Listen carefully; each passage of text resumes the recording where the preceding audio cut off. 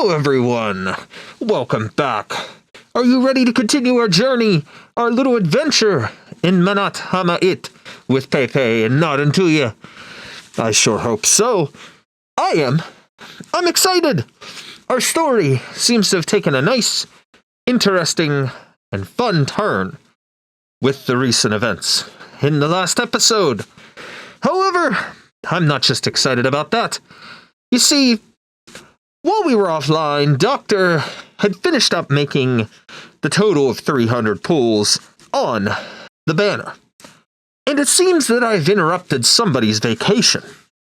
So I have to show you, in particular, who Doctor has brought to the team. But at the same time, we have a free Pepe to claim. And we're going to recruit another friend to join the team. So without further ado, let's go ahead and jump in and get started. Now, as I said during one of my last little rompings through, I was securing funds from Calcit's office. Stealing. And I took that money and put it into finishing off to reach our 300 pull limit. And in the process, I interrupted somebody's vacation.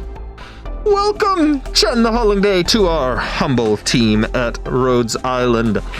We brought Chen's altar form to us, so we'll have to work on getting her ready to fight for us a little bit later. However, as you can see, we have this little free down here, which means we've got to claim our Pepe. So let's get her. Doctor. Let's go. On behalf of my exalted Padishah, I am here to negotiate with you on a collaboration project within his dominion. My name is Jeruner Perharpe Sashut Hatshepsut, but my friends all call me Pepe. I'm just going to stick with calling you Pepe because I don't even want to bother trying to pronounce that. I will epically fail, Doctor will twist his tongue, and Doctor will probably die in the process.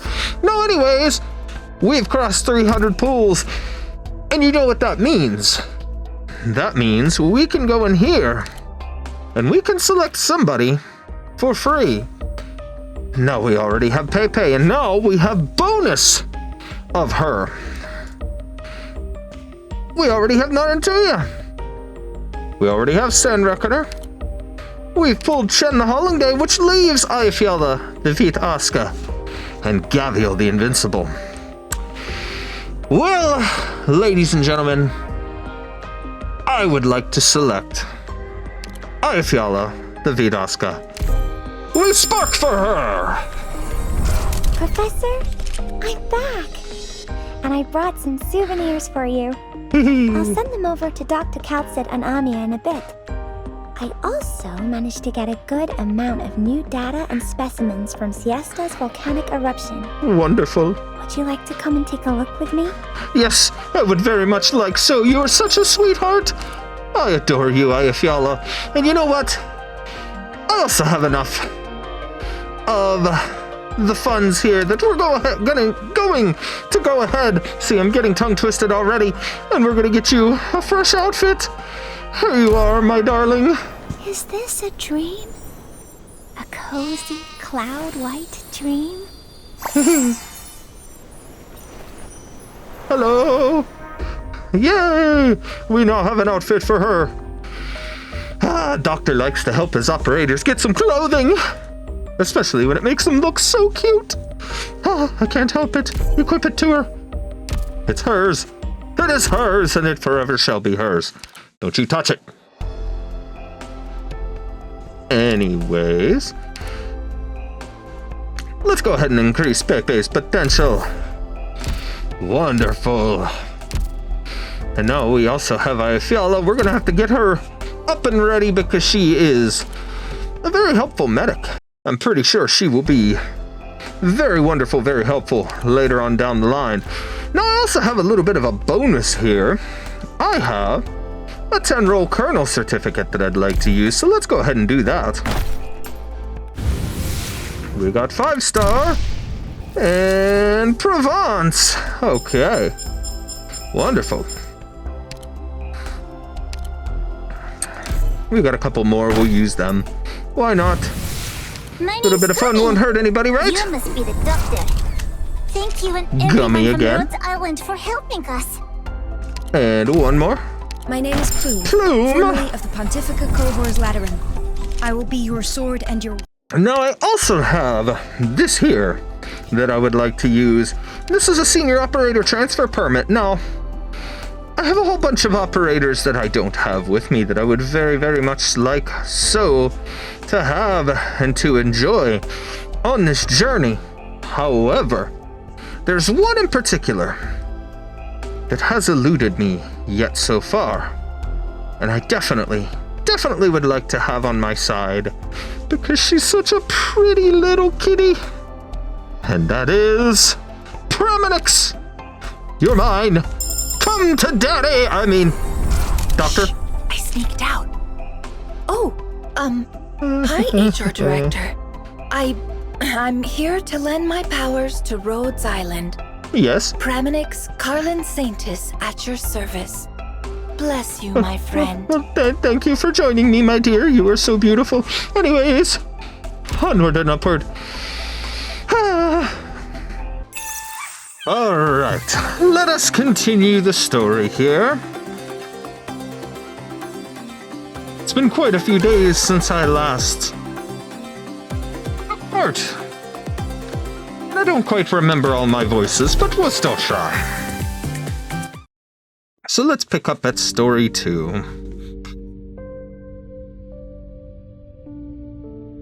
It seems that Zubayr broke the window and left on his own. I'll go find him and bring him back. Leave it to the museum, Pepe. You haven't had a proper rest for several days now. The envoy from the City of Gold is about to reach my father's territory, Anat. I need every second I can get. Pepe, you and DT have gone through a lot tidying up the damage to the museum. I suspect there are a few spots Zubayr might be. I'll go check them out right away. Do you know why I didn't want to lend you Zubayr at the first, Pepe? After I got your letter saying that you were coming back, I wanted to tell you. 2 months ago, I was on a business trip in your father's domain. There, I saw that the envoy from the City of Gold had already arrived. Your brother's already gone to the city. You knew, but you never told me. You were so happy in your letter telling me what you found. You even used 20 exclamation marks in a row at one point. I didn't have the heart to tell you. Then why did you lend him to me? You got me excited over nothing. This is a city of jewels, Pepe.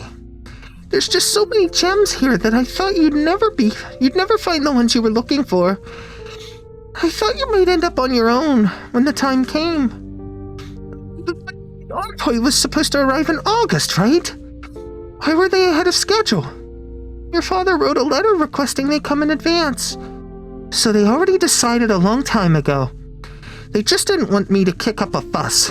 So they waited until I was looking out for artifacts of the Shah before sending the kid off to the City of Gold. But he told me he would wait to see my discovery before making his decision. The elders always make their own decisions, Pepe. Nothing us can do about it. Did you see the brat too? Yeah. He must be real happy with himself, getting to go to the City of Gold. I don't know how many times we fought in public or in private. I don't think he was particularly happy about it, Pepe. From what I could see, he looked like he's been hiding some sadness the whole time. He called me to the study that day, saying that it was unlikely the two of you would meet again in your lifetimes, and that he hoped that I could pass a few words on to you. What did he say? He said he hopes you will remember his voice. After that, he left. He didn't have much luggage on him, and only a portion of it was his. Everything else had to do with you and your father. Pepe? Ever since I was little, everyone would tell me how becoming the Shahanshah's historian would continue my family's honorable legacy. That honor is usually brought with sacrifice and devotion, and not. Entering the City of Gold and becoming the historian means never leaving ever again. Never to see your friends or family. All that comes with you is your scrolls and books. But You really hate being chained to a desk, don't you, Pepe? Yep. I wanted to spend my entire life walking across Sargon, free to look for every remnant and vestige left behind by history. But I couldn't do that, because I couldn't let the boy get what he wanted. Is it so tough for you to let your brother get his way that you'd rather be unhappy yourself? Whoop.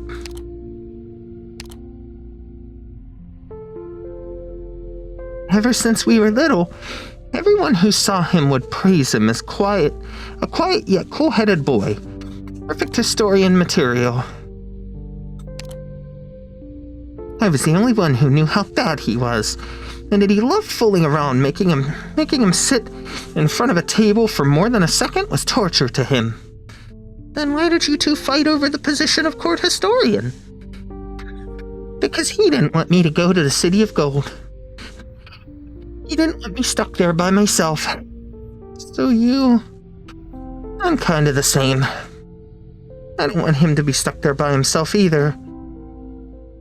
Oh, a poor sibling rivalry.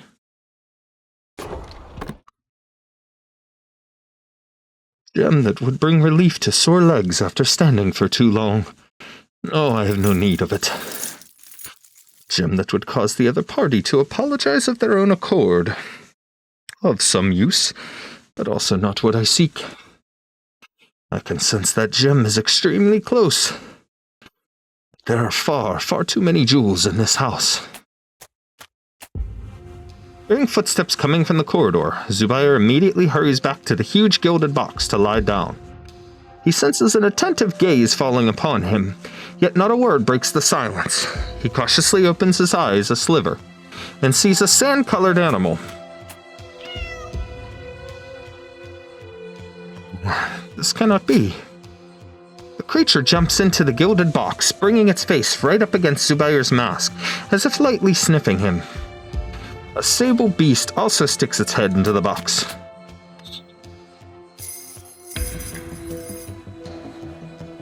Oh, oof. Seems your memory's nearly back to normal.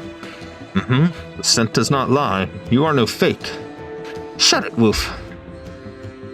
How did you two become so small? I'd be the way we are now because you failed in your duties as a retainer. My duties?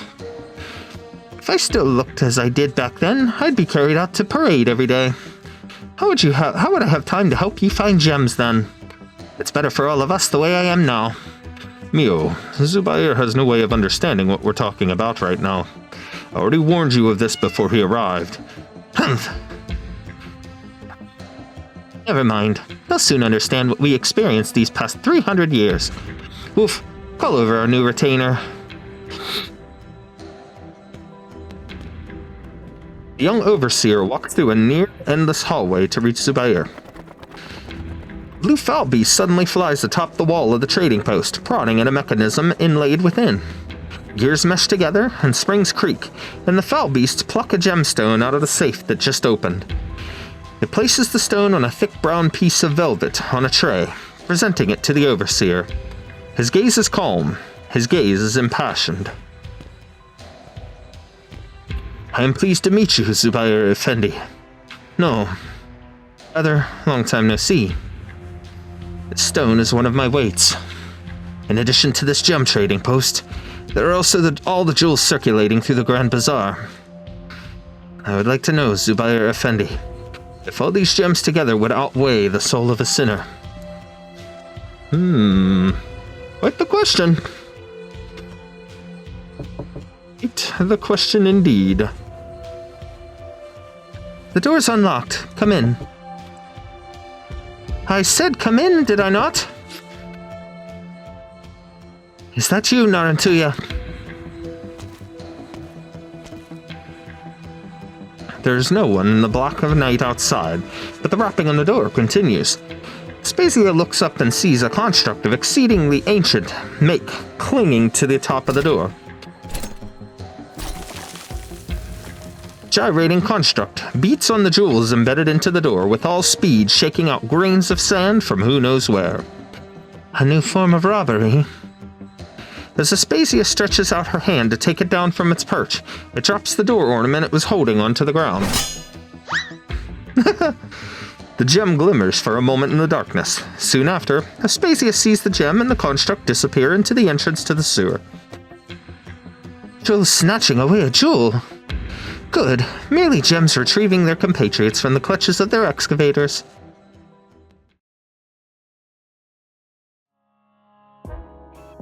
The history. To the dead. To our dear Narantuya. Even though she's not here. But she's the one who treated us all to this carob juice. I never knew a mummy could be that valuable. How about we go check out the museum storehouses tomorrow and see if we can scrounge up another dead guy? Oh, Ajazi, you have little thought. Only for the dead in the museum. Only looking for the dead in the museum. Can't you see the big picture here? We need to go look for dead people outside the museum, too. Yeah, you're right. But wouldn't we become officers of the law if we did that? Did you lose something again, Ajazi? I feel like you're not your usual self. No, I definitely haven't lost anything here. A great bandit like me wouldn't let anything of mine get stolen. Now shut up already and keep drinking. Cheers, ladies. Can Doctor join you? I could use a nice drink right now. Uh-oh. Thank you, young one. These metal creations who accompanied me have returned, as is my duty. You and I have gone into the night, awake and alert. Now the sun rises once more. A short story entry. But now we move on to AS-6. Let us begin. Oh no!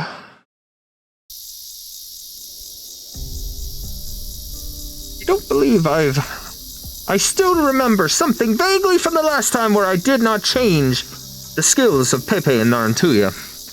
In the stuffy summer heat, a girl sits at her desk, one hand sorting through a thick stack of reference materials while the other wipes sweat from her forehead. She hears footsteps behind her but doesn't bother to turn around. There are almonds on the desk, but he already knows.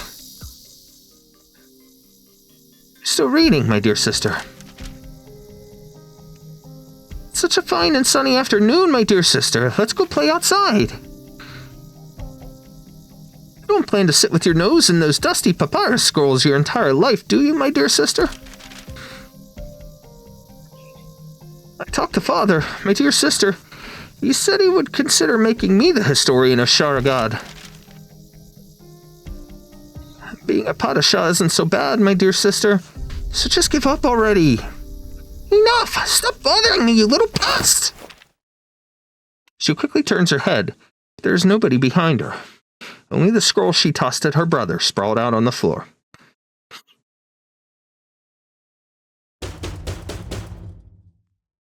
Are you there, Pepe? Quick, let me in! I'm here, come in! I've been sending you messages on the communicator. Why didn't you respond? I turned it off. I've been looking at books and scrolls all night. What happened? A lot happened last night. Did you seriously not hear a thing hold up in here? Nope, didn't hear a peep. You sealing yourself away to work is really...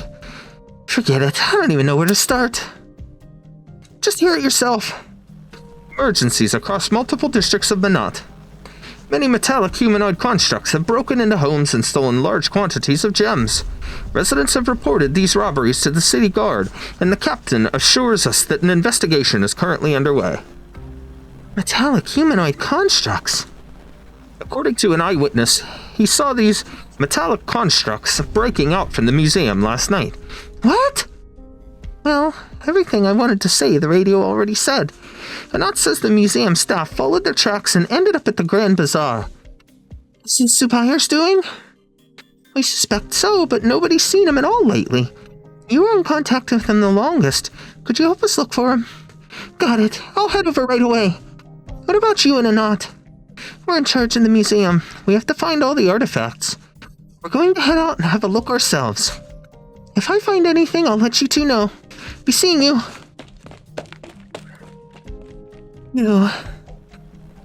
Hold on. We interrupt this program for some breaking news. Residents have noticed the water coming out of their taps is muddy and full of silt. City Guard reports that they have dispatched emergency teams to inspect the city's old underground water pipes. Due to their complexity, this process will take some time. Just what is going on here? Oh, TT, something bad is brewing. Ooh, interesting that they'd use one of the themes from Babel, the event. Anyways, someone has already told me the tale of this place. The prosperity of the Grand Bazaar is born upon gems, alongside spices, silks, and crafts, all flowing through the river of commerce to bestow riches upon the land.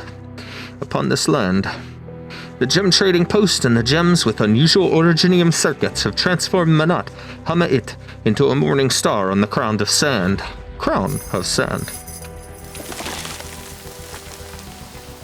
Several houses begin to turn into sand. People throw open their windows or rush out their doors, staring in disbelief at the ancient buildings they have lived in for generations. And then it's Zubayr, who stands in the middle of the street. But Zubayr pays them no heed. He stoops down and picks up a piece of jewelry from the poling sands, its gem glinting with the metallic helix structure under the sun. The fresco you mentioned is straight ahead, Zubayr Effendi. My mother's father once told me that the painting depicts the lives of ancient Sargonians and records the birth of Manat Hama'it. Even if the river dries and the city is buried beneath the sands, it will not fade.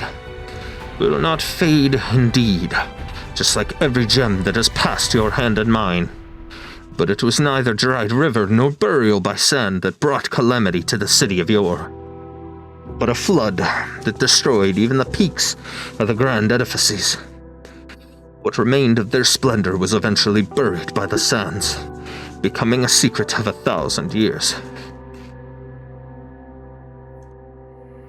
Oh, quite the picture. Each rise of the sun and fall of the moons is a tiny repeat of the endless cycle.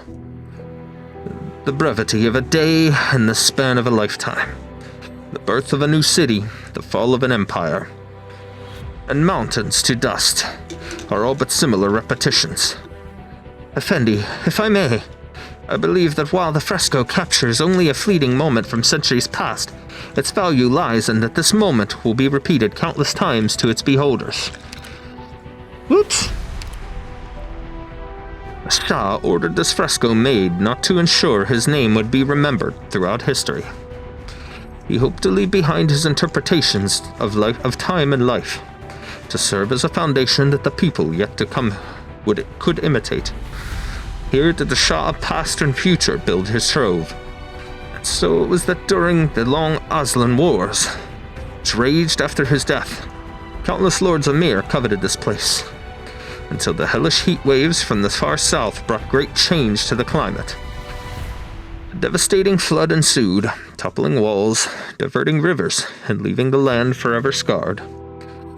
And so the people searched the sands for traces of the trove, but found nothing. Thus did they believe it was washed away in the deluge. Treasure hunters of the Lords of Mir left, but the artisans and the merchants came, establishing a new settlement by the riverside. I have been watchful of all that transpires here. I was ordered to guard the trove. That is my duty.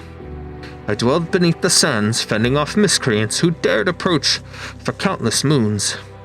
As for you, young one, you should know better than any other. The Shah's treasure trove lies beneath this city.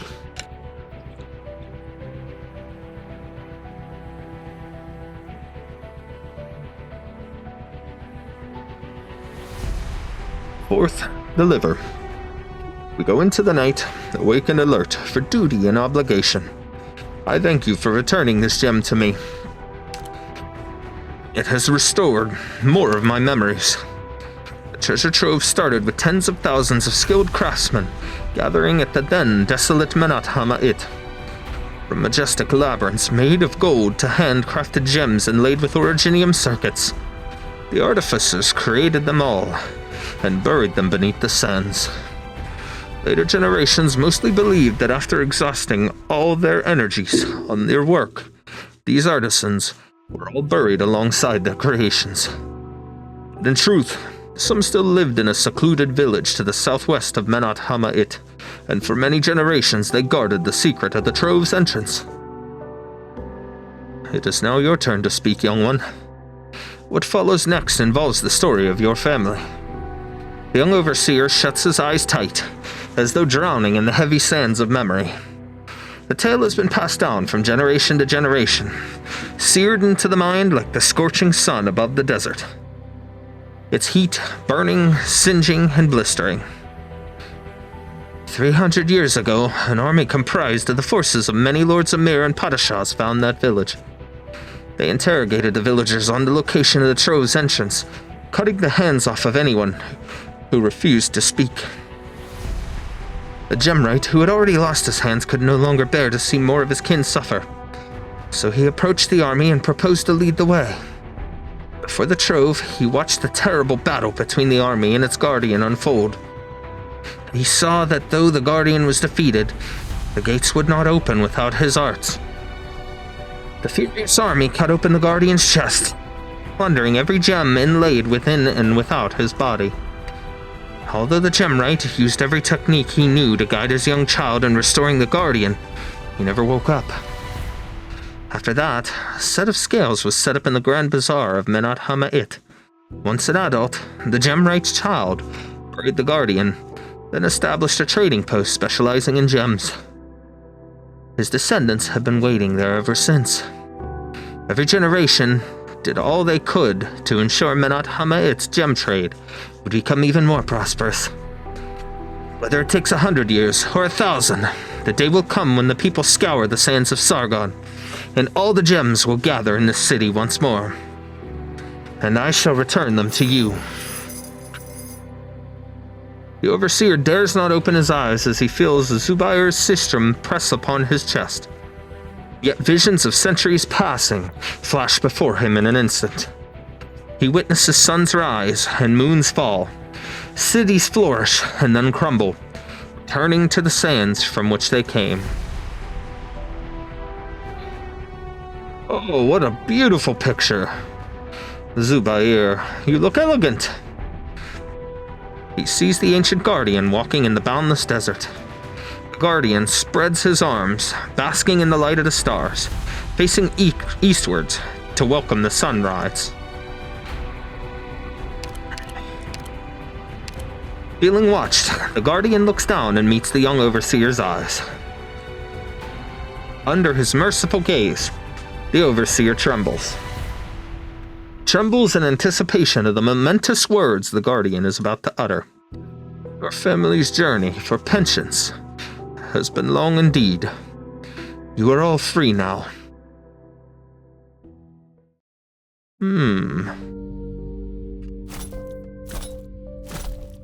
It has been quite a while, you two. Many centuries have I forgotten my duty, but now I return to the mortal realm.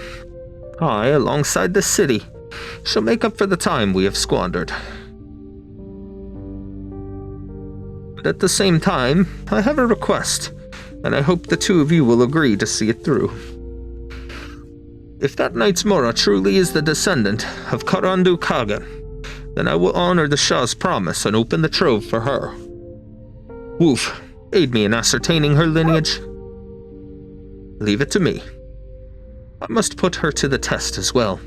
If she is ultimately incapable of completing her Kagan quest, she will never be considered a true Knight's Mora. No matter what may come, make sure she takes that step. Understand? Do I have to go as well? I never thought those Knight's Mora were any good. There are too many drunks among them, spilling their drinks all over the place. I don't feel like having to lick my fur clean again.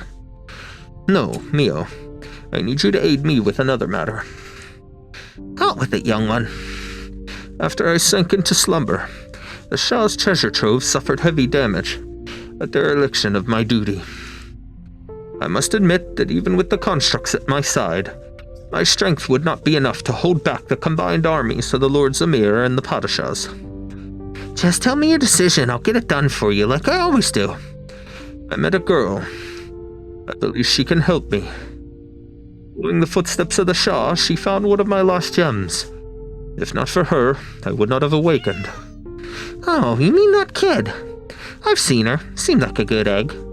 Motivated, lively. Too bad she's a little too stubborn. Reminds me of her. Indeed. After searching through my memories, the girl's conduct and demeanor feel rather familiar. She reminds me of my elder sister. When we walked down the streets of the City of Gold, she could tell me the origin of every brick and tile. She was especially fascinated by the things of yore. What do you want me to do with the girl, Zubayr? I need a companion. One who will await the Shah's return alongside me. Let me confirm if she is worthy, Mio. If that's your wish, Zubayr, then I shall go.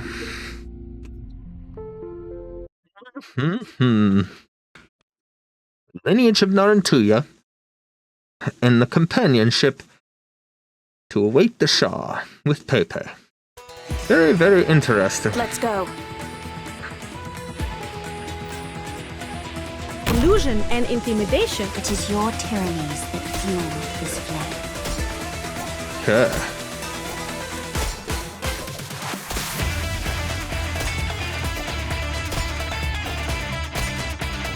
Don't make this harder than it needs to be.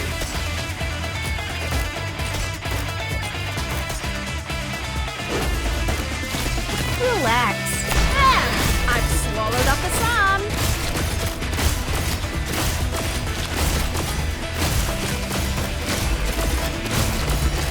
Okay. Please, trust in me.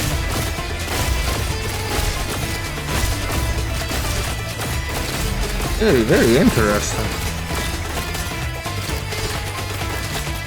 Okay.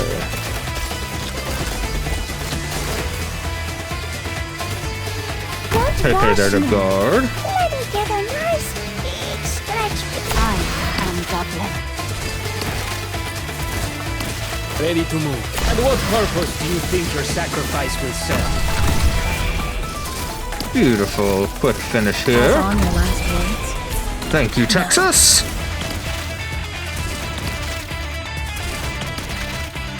War. Put her there just in case. Heard in a long, long time. Relax. Out there. I've swallowed up the sun.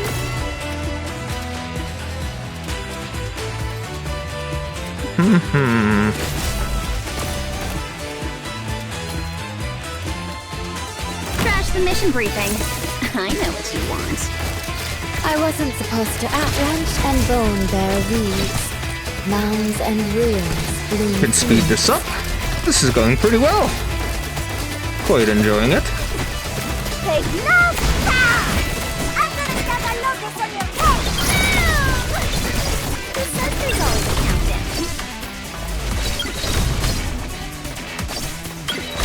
And toasted.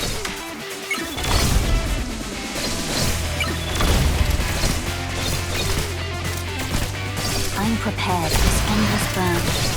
You needn't fear.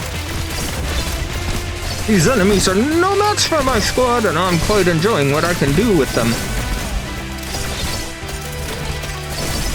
I wasn't supposed to clear skies for tuning, rain clouds for Korea. I've got an idea. I've swallowed up the sun.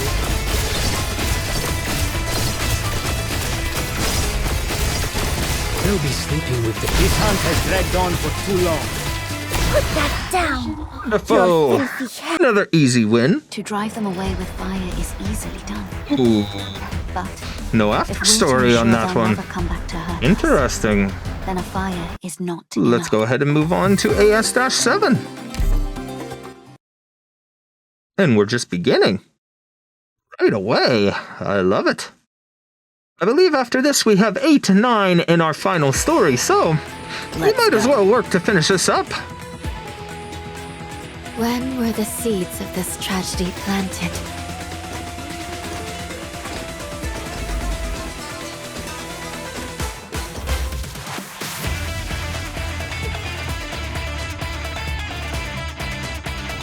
Please, trust in me.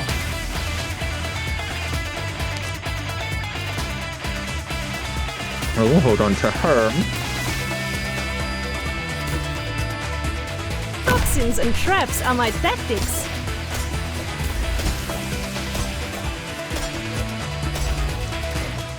Pass on your last words. Nope! We messed up. I messed up with his deployment. I can take out a few more. You go ahead and retreat. Well, Texas, let's hold up there because I thought I had an idea of what was going on, but didn't have enough time to implement the strategy that I so wanted to. Therefore, that is all right. We shall redo this. Remember, our purpose is not violence itself, but rather the victory it brings.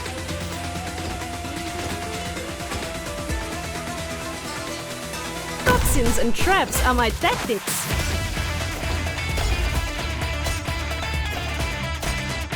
Okay. Letting Lady Narantuya do some fun work here. Bad luck. You ran into me. I've got an idea. Enough cleaning. Only nightmares come with me. Wonderful. Look at her go. Please, trust in me. Moving to designated location. Okay. Okay, you can stay there.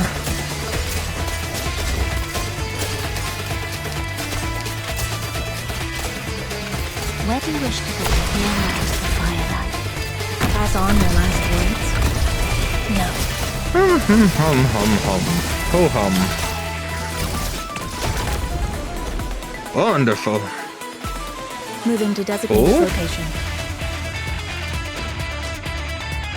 Don't rush me. Let me get a nice big stretch before I squeeze down this hole. Let's begin. Okay.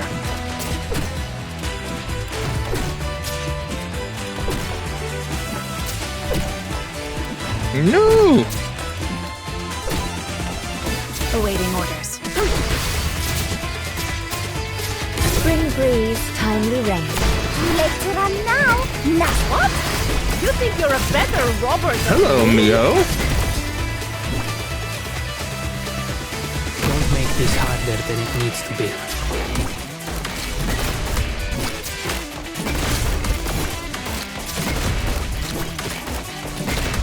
I wasn't supposed to act clear skies for team, rain clouds for blue. Okay.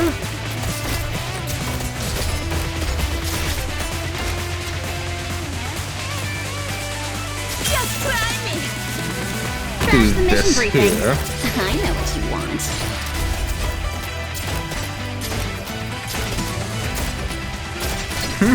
Ready to move. Okay. Struggle. You can't stop me. The top side is done pretty well so far. Ooh, we are really hurting Mio pretty well as well.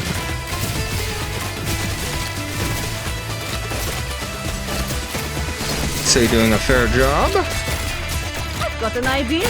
What do you fear most? I'm prepared to fight.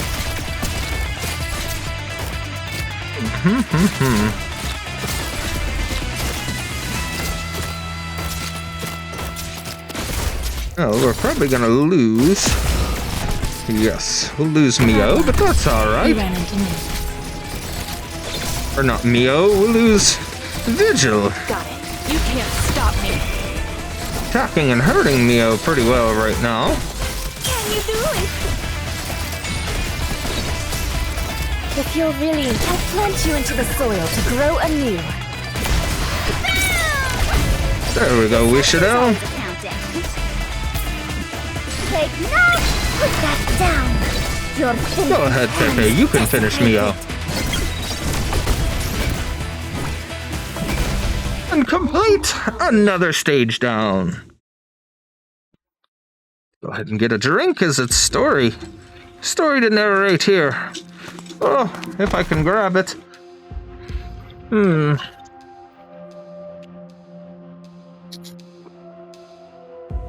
Yum. Some wonderful concoction that Lady Hoheak has mixed me up. One can only wonder what she's going to do to me later. Anyways, anxious passerby. Hey, watch where you're going. Sorry, Effendi. I was in a hurry. Are you okay? Oh, I suppose nothing's broken. Where are you off to in such a hurry? Don't you know there's trouble? First, those metal constructs sent all the gems in the city to the Great Bazaar. Now they're tearing down houses and chasing us out of the bazaar. The constructs are tearing down houses? Yeah, there are flying stones and debris everywhere. Hey, why are you still going that way? Didn't you hear what I said? I need to see what's going on. What do you think you can do, girl? Hey, girl!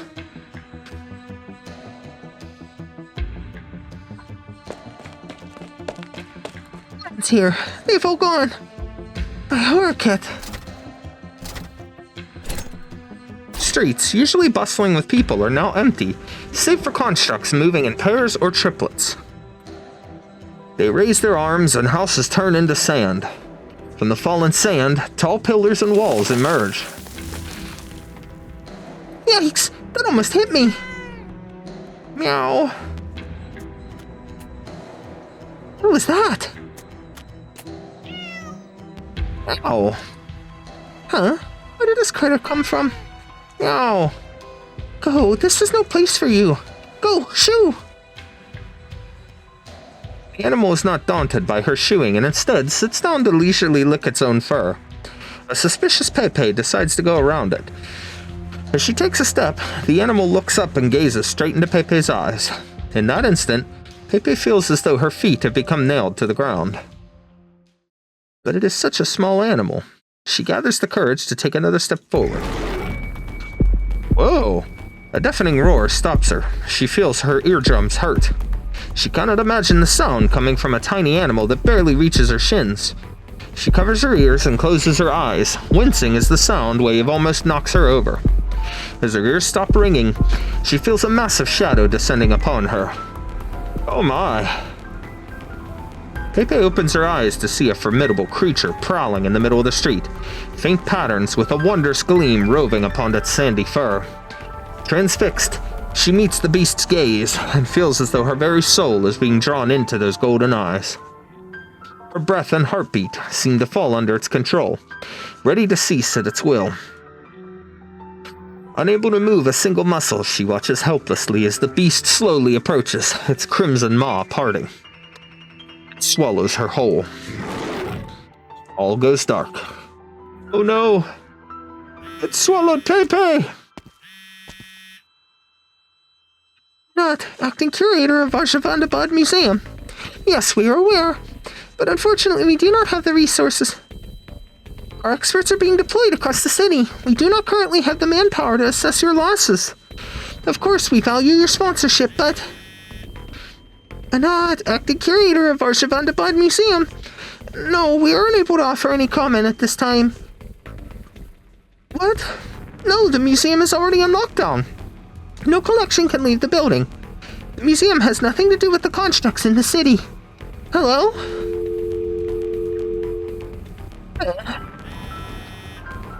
I'm not acting curator of Arshavandabad Museum. Sorry, we're getting a lot of sand and dust here. I assure you on behalf of Arshavandabad Museum that we will offer restoration services at the earliest opportunity. Hazel? The constructs have built a statue in your garden and several pillars. May I have a description? Yes, the ornaments you described fit the traits of first century art style. It had gone into decline prior to the founding of Menat Hama'it, and many of its techniques are considered lost. I will send someone as soon as possible. Titi, can you go over? Do you think it's possible that the constructs can build, sculpt, and master techniques believed to be long lost? I don't want to, but... Looks like you have a bad feeling about it too. Which is why we need to see it to believe it. What is it, Titi? You said see it to believe it, right? Carried by the dry winds, sand creeps up like an overflowing river, covering the feet of fleeing passerby. Grains of sand gather before their eyes and form into shapes, as though poured into invisible molds. Pillars and walls begin to rise from the streets.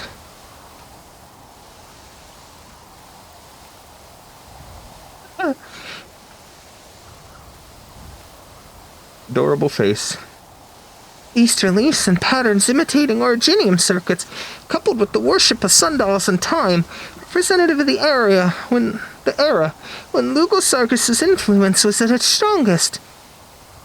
No, TT, now's not a good time. This might be the memory of the constructs. Can it even be counted as a form of restored artifact? But we didn't see any constructs nearby. Oh. Oh my. Where did they come from, anyway? Questions later, TT. You've got to run faster than me and pull me along. We're done for if we run at my speed. Don't worry, you're running fast enough. Hang in there. Try not to pass out and let me observe them a little longer. Oh, and don't look back. Probably not good for your heart to see them smashing the curator's favorite murals to pieces. What? The museum that the curator entrusted to me. The Padishah's favorite museum. It's all over. Have mercy on me, Shahansha. Watch over me, exalted Lugosargus. Watch out. Great Orchid, I pray to you again. Allow your child to see your face again. I want to see the sunrise tomorrow. I want to see it shine once more in the museum. The babbling Anat trips and falls. TT catches her just before her face hits the ground, but the two of them hear a loud noise. It sounds like a machine turning on.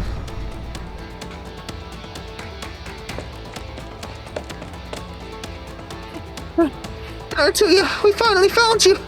I haven't heard from you since you bought us drinks last night. We were so worried. I haven't had a shut-eye in days, so I slept in longer. What's there to worry about? Anyway, good timing. Give me a hand. Why are you still helping other people carry stuff? Shh, I'm not doing this for anybody else. It's for myself. This is obviously an old statue. Better to get something out of it than just leave it on the streets. But Narantuya, isn't it made by one of the metal constructs? Huh? What metal constructs? Lay it out for me slowly. I might have slept too soundly last night and missed some headlines. I thought you were the sharp one, Narantuya. How could you have missed it? There were weird metal constructs all over the street. Didn't they come at you? They're tearing houses apart, making walls and pillars out of sand, and grabbing gems. Maybe you should check. Everyone lost something last night, from onyx necklaces to their necks, on their necks to astrolabes that simulate the moon and stars. Is that what happened to your hairpin? Where did my hairpin go? You got one thing right. I'm sharper than you. And I'm starting to feel that something is off. Anyway, now that I have the intel, I'm going to come up with a plan. Take off any gems you're wearing and hide them.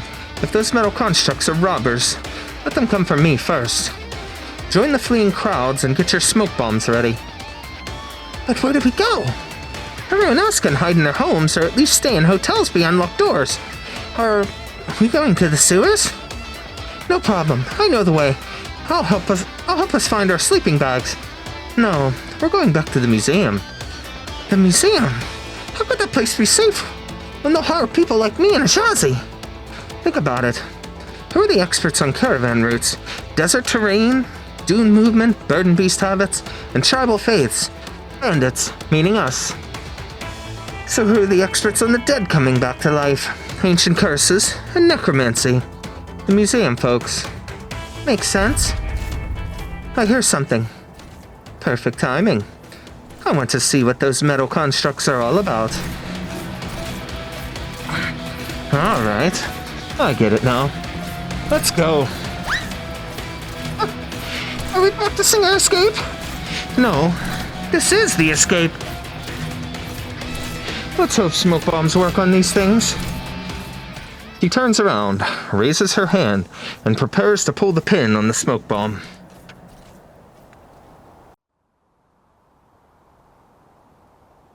Suddenly, the streets go quiet. The sound of marching machines disappears. All the metal constructs Narantuya can see slow down. They stop chasing them and gather around Narantuya. Calm and docile, they watch like tamed burden beasts as Narantuya walks past them. And back. What the hey? Am I dreaming? It's not a dream, Narantuya. I pinched myself just now. It hurt. Thanks. Then I won't try it myself. What's going on? Say, I saw a shadow of the river god the night before. Maybe it really did bless me.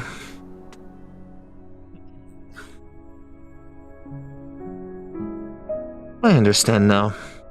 Ajani, go on to the museum without me. What about you? Divine duty. I need to find someone.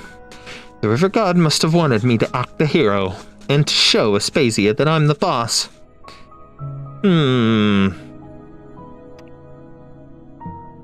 Lady Narantuya, you never cease to amaze, Doctor, with your beauty and grace.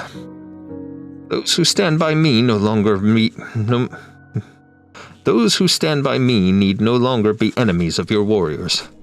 The jewel constructs are following the pact of the two human sovereigns 1,000 years ago. They recognize her blood. You were right, Zubayr. She is the descendant of Karandu Kaga. Come, young Knights Mora, walk into the dream.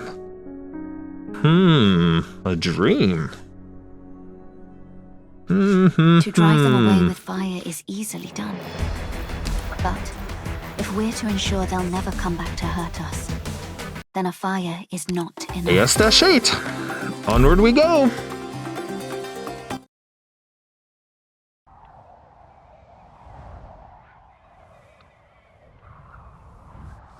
It all bless me. Bless me with a dance under the morning sun and the tapping of your scabbards. All right. I forgot you sold your swords. Then beat the pots and pans. Play the anvil like a drum with your pens. They say the roads of Menat Hama'it are paved with jewels. Well, I'm heading for that road now. I know most of you will tell me to stop being delusional, but why can't I make it rich? I can't have bias the best life. I have to try.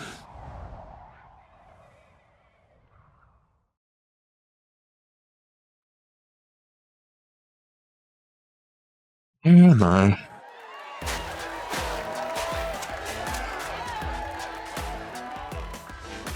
Oh, my departure ceremony.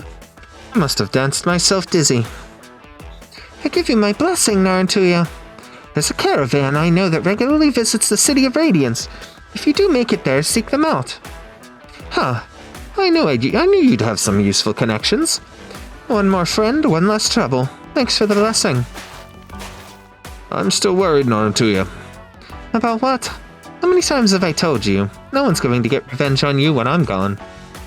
This has nothing to do with you. You chose to work for me and not Asim because I'm just that charming. Old Asim resents me for it and speaks ill of me everywhere he goes. But he's just being petty. And those jealous haters had to band together and set me up. My fault I'm so lucky that I attracted both gold and people. But you're the one I'm worried about, Narantuya. If you just wander into the desert with an empty satchel, what will you do when you can't find water or beasts? Huh? I know we somehow ended up poorer than we started, but I'm sure I at least have some coins for jerkies and preserved fruits. Why would you think that? Has anyone been starving without telling me? Who is it? I'll give them some coins right now. Narantuya reaches into the purse at her waist. As her eyes slowly widen in disbelief, she unties the beast-hide pouch, turns it inside out, and begins shaking it. A few grains of sand fall into the endless desert. Strange. I don't remember bumping into a beggar or a vagrant. Actually, I vaguely remember crossing paths with a few rich men. Narantuya, I thought it over, and I think I should teach you my secret technique to finding water in the desert. I don't have to worry about becoming a sacrificial tribute to a bandit chief anymore. So there's no need to keep this a secret any longer. Good. I like this blessing. The Sands can enjoy those lost coins then. I'm worried too, Narantuya. And what are you worried about? That I'll abduct another child slave from a caravan who will replace you as most illiterate? Wow, that's cold, Narantuya. I like it. I'm worried about the 2 black blades of yours. You haven't used or maintained them for a long time. That's precisely because maintenance is a chore that I avoid using these antiques. I much prefer modern materials and mechanical forging. Wait, where are my blades? And my dagger? And my supply of paralyzing toxins and spore casks? I'm worried about your tendency to pick up new recruits, Narantuya. You'll be sitting out alone. It's great if you could get some useful crew. But most of the time, it's people like me and Ajazi that you have to save. Setting out alone. You girls are coming with me to the City of Radiance. Which is why Ajazi and I worked for 2 months in a logging camp and threw all the coins we saved into a river they say flows into the City of Radiance. I hope you'll find them when the river floods and that your Kagan quest goes smoothly. Okay, I appreciate this blessing too, even though the rainforest is at the downstream of the river. Wait, did you say Kagan quest? Yes, your Kagan quest. You're all set for it, right? No, when did that happen? Think of it, I am indeed all by myself with nothing but the weapons from my parents right now. Meh, pass on the city. I'm out. The young knight's Mora turns and strides over to her burden beast pack.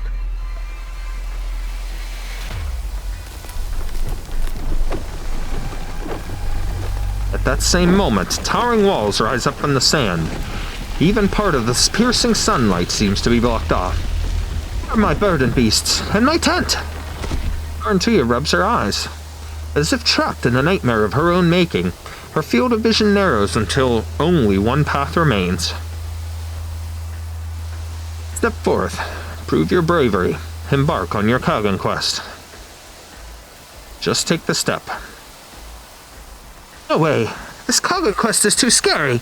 I'll die. Oh. Dang, the metal constructs here are not moving. Someone's on the ground? Hello, can you hear me? Hold on, I'm on my way. Out of my way.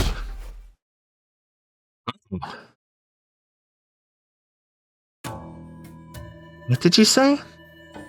I was just lying on the ground and a giant buck beast had its paw on my head. I think it's a bat beast, but I failed to catch the creature before it vanished into the sand and dust.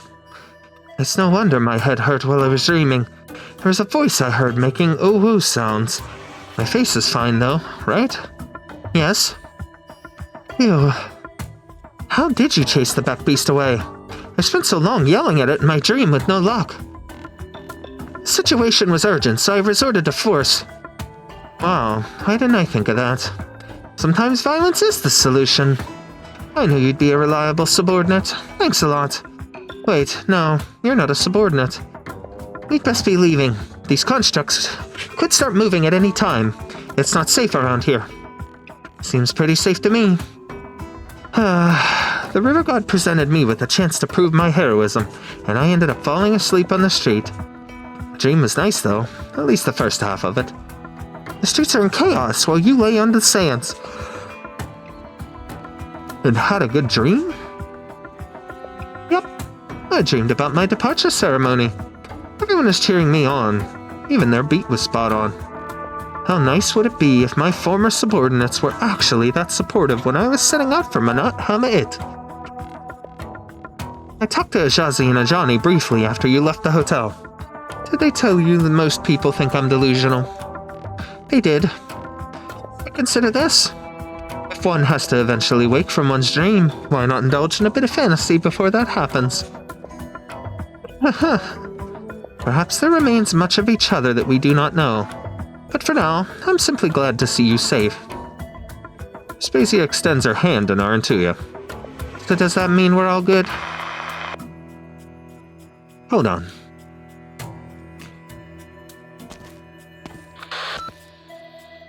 Wrong, Ajani. Dear, help! The museum isn't safe at all! My. I believe they went to the wrong location. Arknight has witnessed. Who's there? E.T., did you say something? I heard something. I didn't, but I heard it too. No way! Can these artifacts talk? Why didn't they say anything before? Guardian of Eternity, please answer. Please answer. Please answer. Answer what? He who led the Outlanders to stride upon the earth, forsaking their ships from this domain. His legions, brandishing golden blades, shielded the reckless and inquisitive travelers. Bitter and sweet his chalice did contain, drawn from those who traversed through his realm.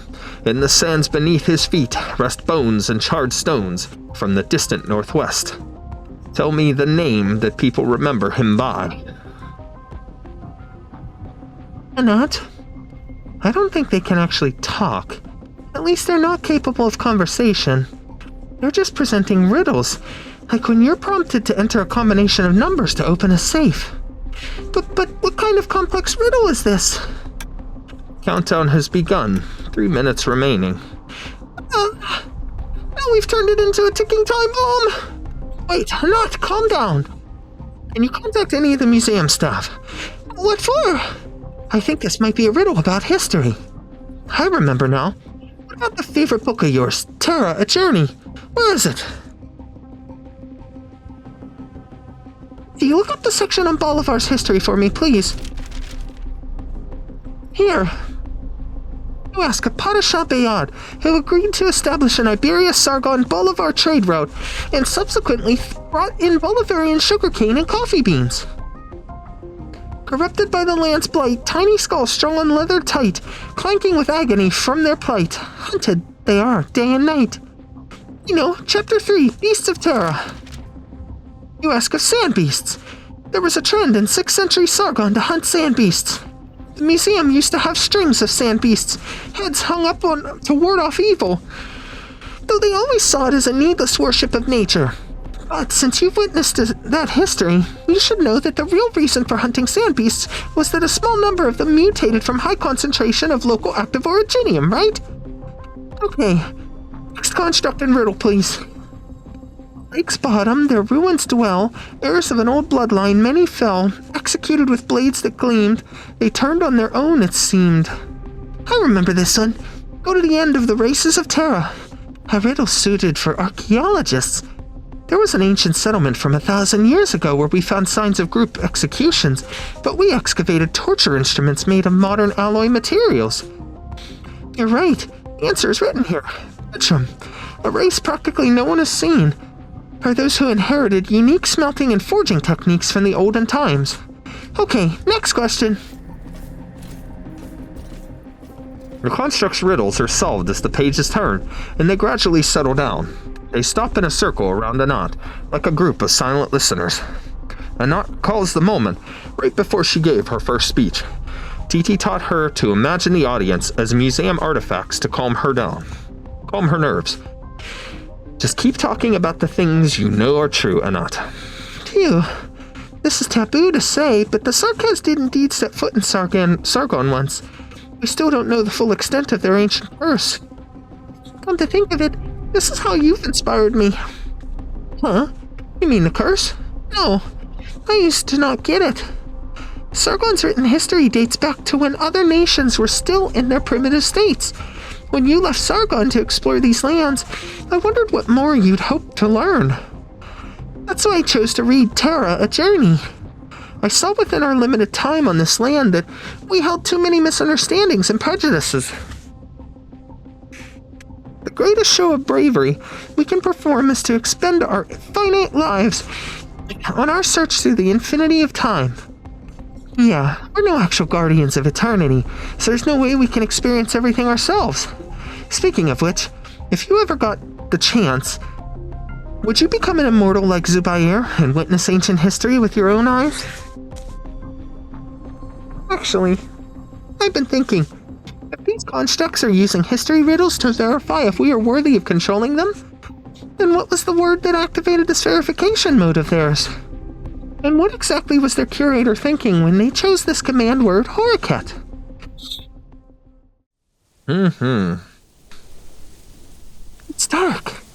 Where am I? I'm in that monster's belly. An oasis. Ooh, Pepe. Inside Mio is an oasis. Very intriguing. I can hear the wind. Phew, what's up ahead? A lake in the desert. An emerald lake lies in the center of the golden sands. The palm trees by its shore sway in the gentle breeze, creating the rustling sound Pepe heard earlier. A boy is half submerged in the water. After a moment, he suddenly sits up with a beautiful golden fin in hand. He holds the fin with both hands and carefully makes his way towards Pepe. Kid, do you know? Look at my catch, sister. Sister? Who are you calling sister? What are you talking about? Father said he plans to bury Mother here in her hometown. He also wants to erect a beautiful tomb for her, with a pretty pond full of lotuses. I will leave this golden fin in that pond and it will keep Mother company for me. What's that got to do with me? Sister, stop calling me that. You don't look anything like my brother. Father will continue with his expedition. Mother's departure will not stop him. He asked us if we wish to stay here or follow him eastward. What are you talking about, boy? I can't make sense of what you're saying. I wish to follow Father to the east to see and conquer lands farther away than here. Come with me, sister. Bring your reed pen and papyrus, and you will see many sights worth recording. I shall accomplish great undertakings as Father has. I will become the protagonist of your writings. Let's go together, sister. Hey, Luke, I'll have to pass. I'll follow you and Father Zubayr. Who? Pepe turns her head and sees a girl holding a white lotus with a similar golden lotus on her forehead, sparkling in the sun. The decoration reminds Pepe of something. She lightly touches her own head. At the moment, the sun seems to make her head spin.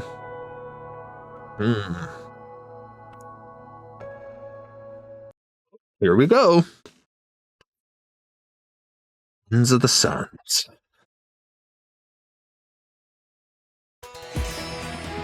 Never mind the use of force. Death has its own resting place. Illusion and intimidation are my tactics too. Well.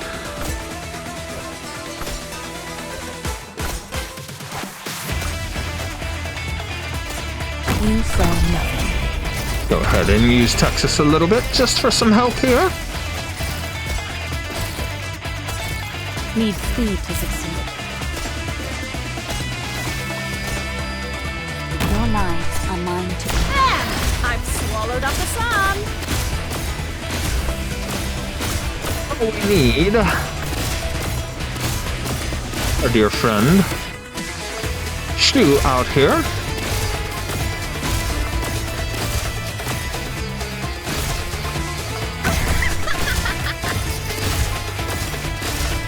Where do you wish to find and double it?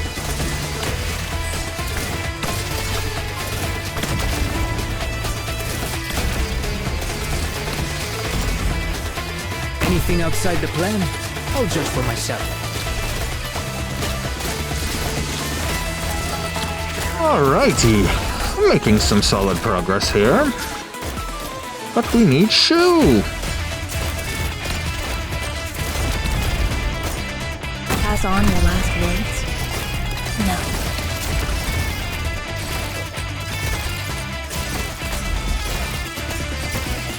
I've got an idea. Use your idea. I've swallowed up the sun. They'll be sleeping. This hunt has dragged on for too long. Spring breeze, timely rain. Now we sow the grain. Draw swords.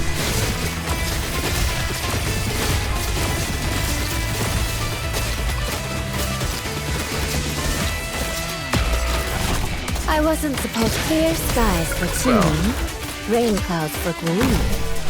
We'll let Pepe have a little bit of fun there. Where do you wish to put this ominous burn? Give me Okay. We're making some solid progress here. I do enjoy what's going on.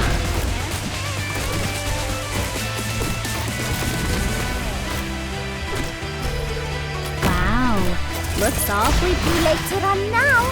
Now what? You think you're a better robber than me? A valiant struggle, but you won't get away. All right.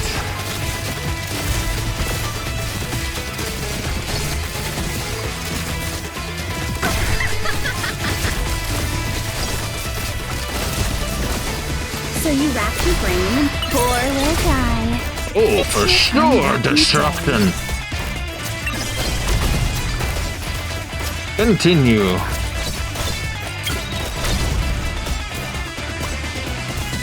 Wonderful, wonderful. What's your plan? Full spooky. This will keep you quiet. Oh, yeah. Need speed to succeed. If you're really, I'll plant you into the soil. And let's get our last ones out of here. Now, ignite. Relax. What? You think you're Right. a better robber than me? Oh, no, Narantuya. I am not a better robber than you, for I'm just the doctor. But I know what I want to rob. Your heart. Anyways.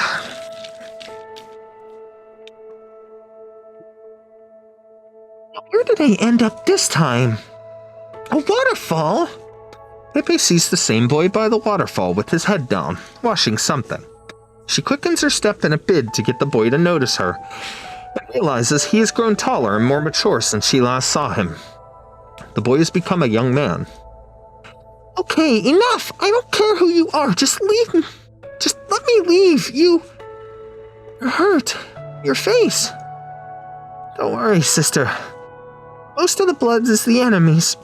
The battlefield is more complicated than I expected, but they were no match for me. I won. Zubayr, I went to the temple in the Arsalan rainforest and got a blessed amulet for you. I pray it can protect you from harm. I am not afraid of wounds, sister. These scars prove I have grown. Pepe looks down and spots a longsword lying horizontally by the half-kneeling youth. Several streams of fresh blood flow from the sword down into the nearby pool, dyeing the water pink. Pepe turns her head and sees the girl behind her with a gentle smile on her face, but also concern in her eyes. She turns back, only to find the scenery around her has changed once again.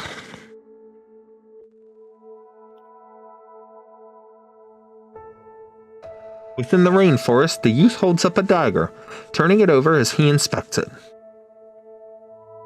Congratulations! You'll be leading Father's garrison from tomorrow. This was the job you dreamed of. So why do you seem so unhappy? I don't know either. This commander's dagger is too light compared to the work and suffering I went through for it. What about you, sister? Are you not glad for me? No, Zubayr. I'll only be glad when you are too. The books you spent countless days and nights on, did you find anything? Zubayr, Sargon's history extends past what we can imagine, and we lack a complete record in our manuscripts. I plan to compile a volume that records past events that have been missed or omitted, hopefully. Hopefully it will complete the account of Sargon's history. That will be a thick book. There are so many people you'd need to include. Father has agreed to my idea and has promised to help me. Very nice. I see we both achieved what we wanted. Pepe watches the boy sheath his dagger as he smiles at his sister.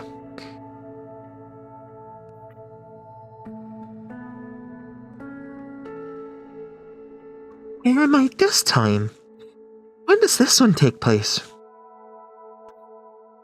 Zubayr, why do you seem so upset? That Karanta from the east has changed Father into a much different man. All these years, Father had remained stoic, even in the face of uprisings and challenges from various tribes. Time and again, he would reorganize his troops and fly his banners. When Father sliced his enemies apart with his sword, even the warm blood that spurted from their necks could not melt the cold gaze behind his mask. But that night's Mora, when Father fought him, I could almost see sparks. Not just from their clashing weapons, but also in his eyes. I had never seen him look at anyone with such fervor. Zubayr, I can sense it. Our father's passion for our country has long since faded. I heard some worrying news. Father plans to invite Karandu Kagan down south to wage war against those invisible foes. You're going with them, are you not? Those strange enemies have already been encroaching on our land, bit by bit. The Shah. You're both children of the Shah. As she follows the youth's gaze toward the far horizon, the distant land suddenly gets pulled right before her. Bending forward, Pepe sees a barren desert devoid of green as her eyelids are buffeted by sand. The fallen hotlands. What happened?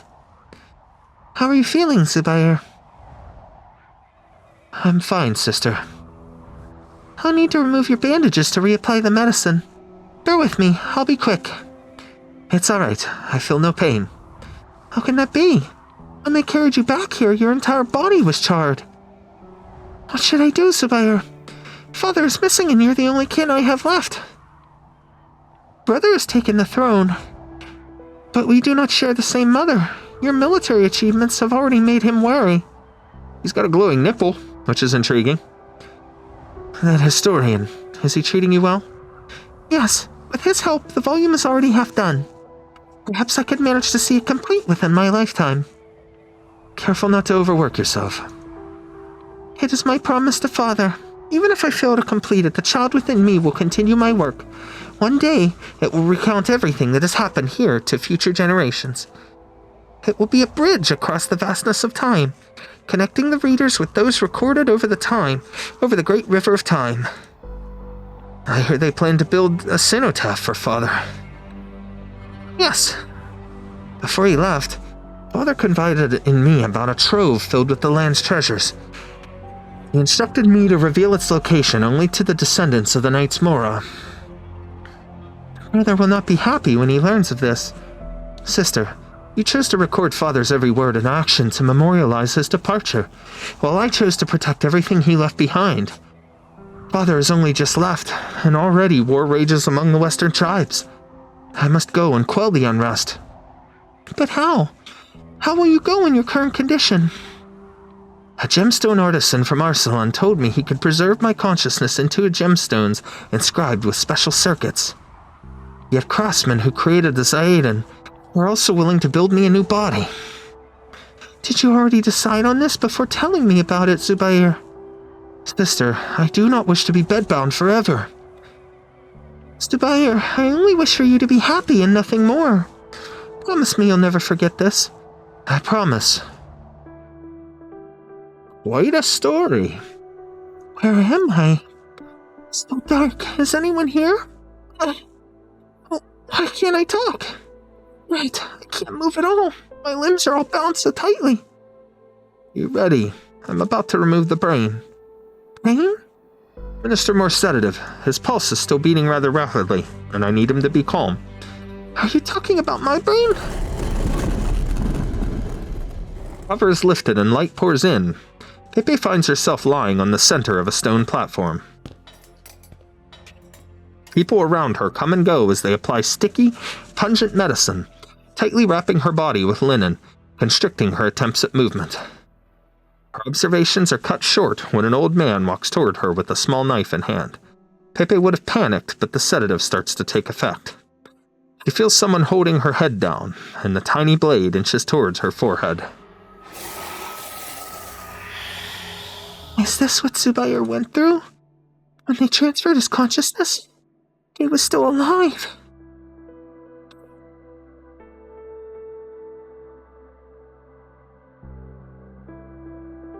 Is it over? Is this what you wanted to show me, Zubayr? This is only the beginning. Tell me, what else did you go through? After quelling the rebellions for my brother, I bade farewell to my sister and ventured alone into this desert. Here I stood guardian over the treasure my father entrusted to me, awaiting the arrival of a Knights Mora descendant. Yet through the long centuries of change, the Knights Mora have forgotten Father's promise to Karandu Kagan. He never came, even when I was vanquished and sealed beneath the sands. And you spent nearly 1,000 years just waiting here. I have witnessed lives come into being and pass away. Cities rise and fall. With prosperity comes decline. and with life comes death, an inevitability for all. And with each end comes a new beginning, the cycle repeating endlessly. Father was right. Everything that transpires is but a continual time loop, and the future is not but a repetition of the past. I began to hate myself for choosing to become eternal. I wished to forget, but my sophisticated memory system prevented me from doing so. It kept my experiences fresh and vivid in my mind, every detail distinctly clear.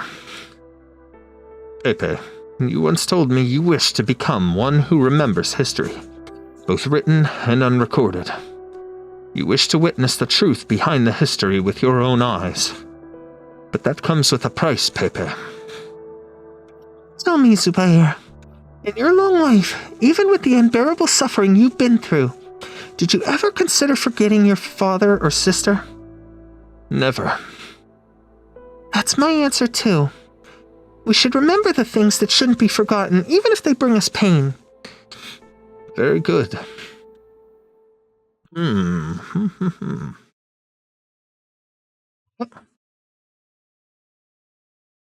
I'm back? There's no gigantic ferocious beast, moist rainforest, or scorching sandstorm. In the middle of the street sits only a small animal, casually licking its fur. Why did you bring me inside Zubayr's memories? It was a test he set for you. You could only see him if you passed it. Was he the one talking to me inside the illusion? No, that was actually me, though the question was indeed his. Did I pass? You failed, so just run off back to wherever you came from, little girl. You seem pretty satisfied with my answer, though. No, you just imagined it. I have to see him. He's the one who started the unrest in the city, so only he can stop it. Besides, he's the only one who can help me reach the City of Gold, so I can't miss this last chance. Silly girl. You think being the historian of Sharagod is a good thing? You serve at the hand of the Shahansha, and so your tongue is cut to ensure you can never speak his secrets. You write only what the Shahansha once written. You are no longer yourself, only a gilded mouthpiece. Is that what you want, foolish girl? Where did you learn all that? The City of Gold isn't a place some random animal can wander into. Foolish girl. My first human pet was Lugal Sargas's own daughter. I saw with my own eyes when the poor girl had her tongue cut out by her very brother. What? Enough, Mio. She has passed Zubayr's test. Speak no more and let her pass. He awaits you at the second last house in the third alley from here. Remember this, once you enter, knock thrice on the left door, then push the right door open. You will see him there. Insolent cur! She didn't pass the test! Why did you tell her? She passed the test, Mio. Enough of this. She did not if I say so! She failed! You fool! Do you want this girl to... Release me! Your mission is complete. Let's go. Ah! Wolf grabs Mio by the scruff and disappears down the alley, leaving behind only drag marks.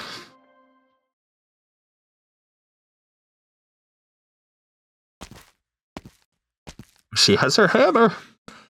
Phew, third alley, second last house. Knock thrice on the left door, then open the right.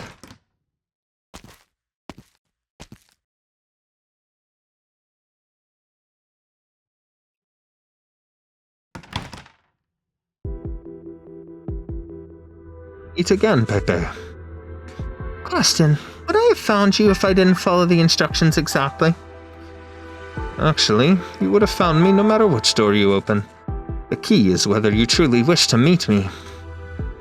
Zubayr, I've come here with a hammer. Do you intend to intimidate me with force? I can't promise I won't use it. We don't have much time left, so just answer my questions truthfully. Ask your questions, Pepe. I will answer them faithfully, not out of fear, but because it is my choice. Have you found the fourth gemstone? Yes. Someone was keeping it safe for me. Their family passed it down through generations, waiting for the day I would awaken and return. Did you decide to destroy the entire city the moment you got it? The whole place is in chaos because of the jewel constructs. Pepe, apologize for what is happening to the city. but I have to do it. My duty compels me. Fourth, the liver. We go into the night, awake and alert for duty and obligation. Are your memories related to your duties complete? Indeed. So where's the Shah's treasure trove? Below our feet. Underneath the city of Manat Hama'it. You could say the city was founded by and is prosperous because of the infinite treasures left behind by Father. When he left us, I had this cenotaph built in the deepest city, or the deepest reach of his trove, so that it may also serve as his tomb. For centuries, they kept digging underground, and every artifact or treasure they found in the mausoleum became fuel for the city. This is my fault, but it is not too late. There's still a chance to stop it, as they have yet to dig into its depths, for the treasure that mustn't be touched by the wrong hands. What is that exactly? Patience, Pepe. I was just about to show it to you. A beam of sunlight pierces through the window, illuminating the floor beside Zubayr's feet. He raises his staff high, and suddenly a strong wind stirs from nowhere. The sistrum chimes as it jingles. Pepe hears Zubayr hum a tune that feels familiar, though its cryptic lyrics elude her understanding. She then feels the ground beneath her feet soften, her ankles sinking into a flowing sea of sand. As Zubayr finishes his tune, he plunges the staff into the ground. In an instant, sand and dust swirl wildly, enveloping them both until they vanish.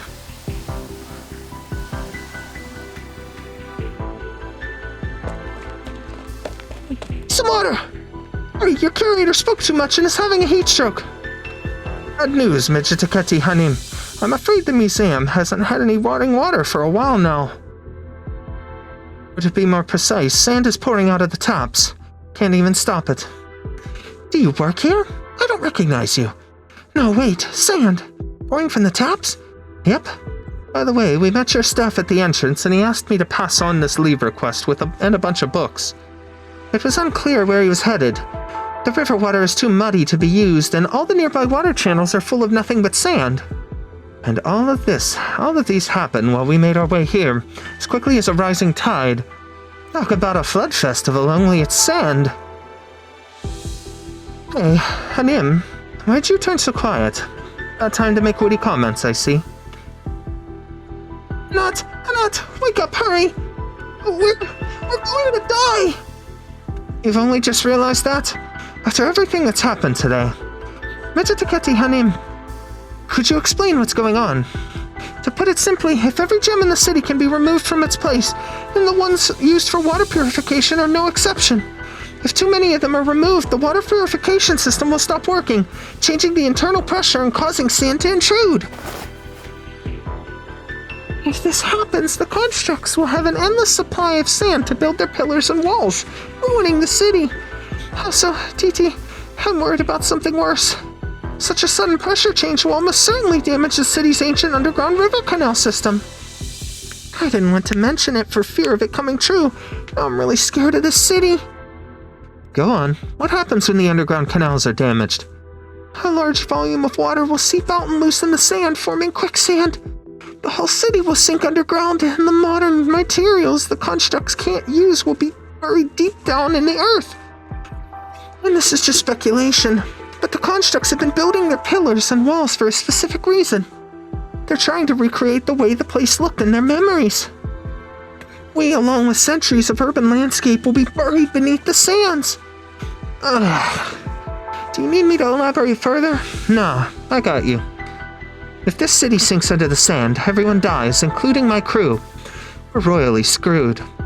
So there's only one path I can take to keep them safe, yes? Are we done yet? Well, What are you looking all smug for? These Stronzi have we have already one wasted too much choice, of our time. Narantuya. We must take out the constructs.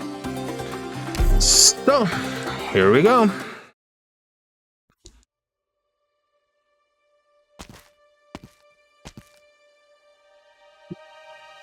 Come, Pepe. Is this the Shah's treasure trove? It looks so much like the museum. Your instincts are correct. Parts of the city felt familiar, even before my memories returned. I believe its architects may have been inspired by the mausoleum. What lies here, Zubayr? Oh, wow. Oil lamps on the wall light up, illuminating the hall with rays that meander through the mirror smooth walls and pillars. Countless ghostly shadows appear in an orderly procession in the hall. So the treasure in the Shah's trove was himself. Was he a narcissist? Of course not. My sister missed father after he was gone, and she had me preserve his visage here. 1,000 years ago, historians preserved the words and deeds of my father, using ancient technology they discovered, allowing him to appear in a way. I found something similar in our salon. It showed me an image of the Shah in a crystal cave. I left it as such. I thought a descendant of Knight's Morrow would find it and follow the trail. You hid it too well, Zubayr. No one else could have found it. I hid it. I built a massive temple on top of it. I guess it didn't stand the test of time. All I found were some ruins. But it guided you here, where you awakened me. That is the wonder of time. What seemed trivial at the time could, by fate and coincidence, cause the puzzle piece to fall perfectly into place. There are even images of the Shah without his mask. Our salon wasn't the only site I've seen images like these. When I was little, while playing hide and seek, my brother and I stumbled upon the chamber where the dead lay in the sarcophagi. I knew I would have to come into contact with these things eventually, but it was too much for a child of my age. In my panic, I accidentally activated a mechanism and an image of the Shah appeared. At the time, I didn't know who he was. Just some ghost trying to communicate with me. He told me those sarcophagi were history buried in the sand. If those from the future dig them up, they will serve as a bridge across the city, across the vastness of time, bringing history and the present together over the great river of time. I remember the saying. It's what father said to comfort my sister when our mother passed away. I remember what he said to my sister after she became historian. You must not let escape what made those heroes so. What made those heroes so. Each history has its reverse face. So you've heard it.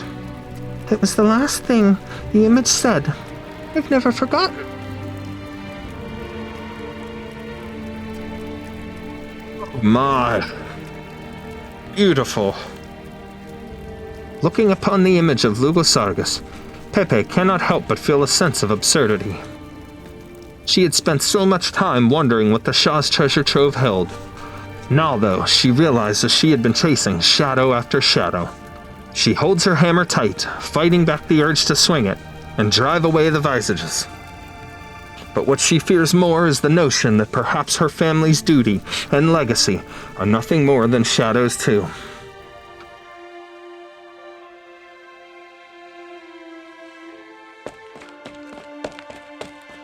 Chitikati, Hanim, I've contacted all your staff in the directory. Anyone else crazy enough to come? I'm not sure. A lot of the answers are very vague. Thank you. Get a few more bottles of water for Anat, please. At once, Mechitikati Hanim.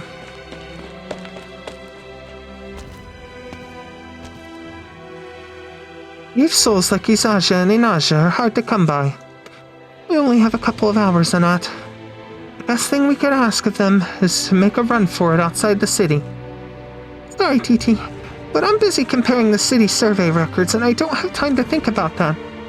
But you know why I stayed. The same reason as you. Duty. What about the two tourists, though? They have nothing to do with Zubayr's reanimation. They don't even have much to do with the city. But now we're asking them to go into the sewers, do the most dangerous investigation, and try to block the sand from surging in? That's why I must do my best, so that their courage isn't wasted. I'll rub your ears. Thank you, Titi. I needed that. Look, this construction logbook mentions unusual geological structures. I'll mark them down. Say, Titi, I never managed to publish my research on Zubayr, and no one will ever know about our explorations of the subterranean structure of the city. Will Father be disappointed that I died without leaving my name behind? I'm Pepe. Our dear princess was just too good at her job. Asfar Effendi, I apologize, esteemed overseer, but the museum is not in a position to offer hospitality during this emergency. Please, no need for formalities. I'm no longer the overseer, just a humble craftsman, free again at last. The museum cannot guarantee your safety at this time. We must advise you to leave the city center as soon as possible, by any means possible. After I handed everything over, I stood before the flowing sands with Zubayr Effendi for a while. You saw him? I saw him attempt to repair one clay statue after another using arts, but eventually he stopped and said to me, "Such is our duty." I understand. Duty is what we uphold to the very end, without ever asking why. To whatever end. What can I do to save the city? Help, our dear friend, Lasvar.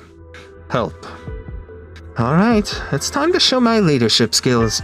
Soon you'll realize that you should have listened to me and stayed in the museum to protect the others.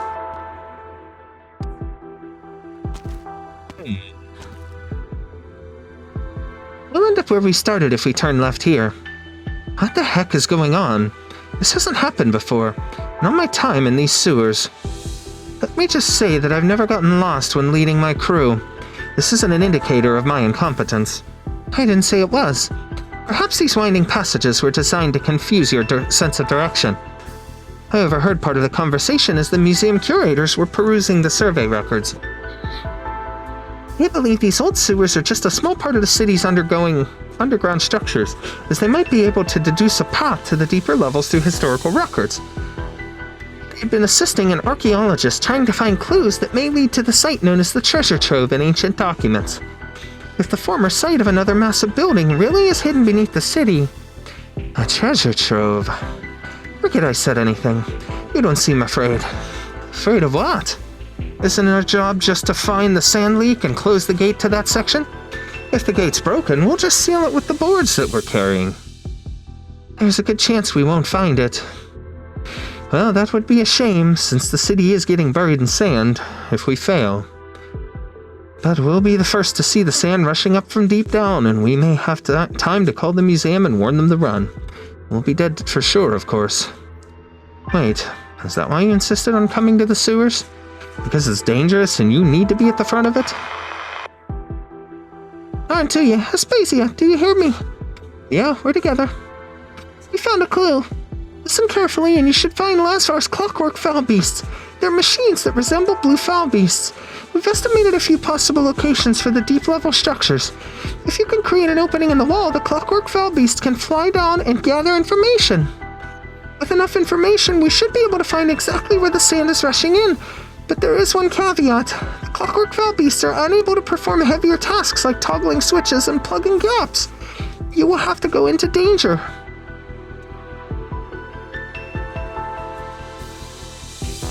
You must have seen it in the memories that I showed you. The circlet you're wearing is the same as my sister's. It was passed down through the family. I wondered why my family was so obsessed with recording Shahansha's history. Father had no answer. He simply says it was our inherent duty. But now I see the answer is so simple. It is out of a daughter's longing for her father. My sister always believed that he would return someday. She never saw that day, and I never got the chance to say goodbye to her. All I had left for company after my sister's death was my father's shadows. Leave your obsession with the city of gold behind, Pepe. I know how to seal consciousness into a gem, and how to build a body that never decays. You will have life eternal to experience, to discover, to record. I'm sorry, Zubayr. I can't replace your sister and keep you company. I have a younger brother myself. He's the historian of Sharagad. A shame. It is hardly an honor. They knew too much that cannot be put to paper. My foolish brother wanted the historians to document history to his liking, and so he forced my sister to send one of her twin sons into the palace. 1,000 years later, coercion has become honor. The sovereign of beasts said all historians will have their tongues cut out.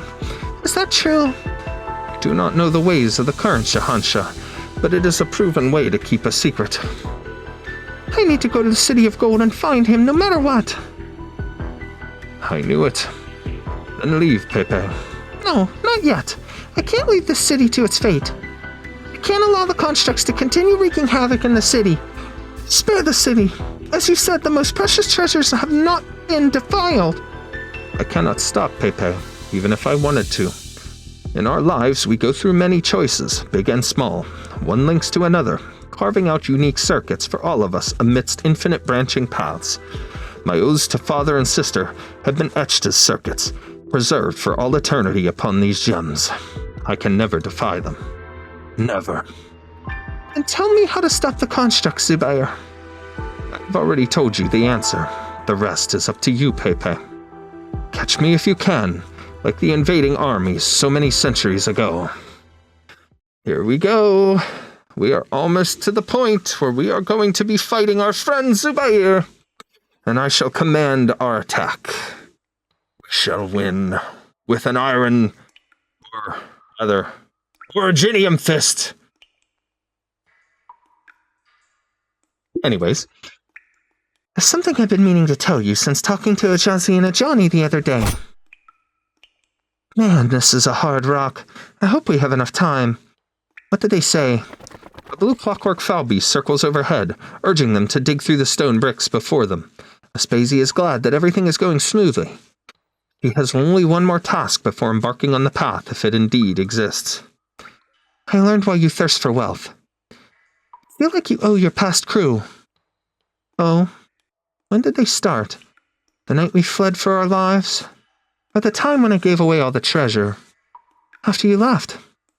I heard many stories from Ajazi and Ajani, how they struggled to use saws properly while logging, often breaking them with brute force, how they tried their hand at bookkeeping but messed up the records, how someone slaughtered their last burden beast with a knife, then sold the knife to buy a pot to treat everyone to a feast. Word about his cooking spread, and he opened a food stall at the market. Customers flocked to his stall till this very day.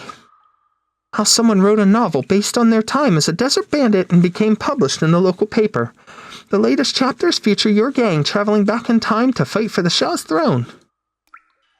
Most of your old crew have a house and don't need to migrate with the seasons. If they fix their roofs in time, they won't even leak during monsoon season. I'd say they're all doing rather well. Of course I know that. I respect you, but I don't think you owe them anything. Just as you don't have to save an entire city just to save Ajazi and Ajani. You should get out, go back to see them. Put down your burden, your duty, and start moving forward again. Vespasian is interrupted by the rumbling of a sliding boulder. The pair seem to have stumbled upon one of the mechanisms of the ancient maze. The etched brick retreats into the walls of the canal, and they hear the sound of falling a few seconds later. The entire wall begins to collapse, but as Anat said, what lies beyond is not sand. Pitch-black darkness indicates that they are staring at the interior of a massive structure. There is no path in front of them. The sound of quicksand is clearly audible from deeper in, as though there is a raging river deep in the abyss, a river from which there is no return.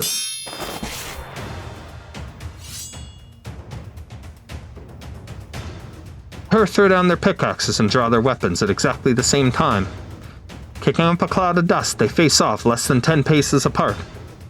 What are you doing? Stopping you from jumping down. Wasn't I the one who had to stop you just now? I've been wanting to say this. If you came to die, I can't let you go any further. I thought you would be better than those two stooges, but it turns out you need me to save you too. As I told you, you don't have to carry this burden. You've got it wrong. I just want to go down and see for myself. Besides, no one could do it better than me, that's all. I want a mountain of gold, even if I didn't care about letting my crew live a better life. I'm just greedy, plain and simple. In our lives, we go through many choices, big and small.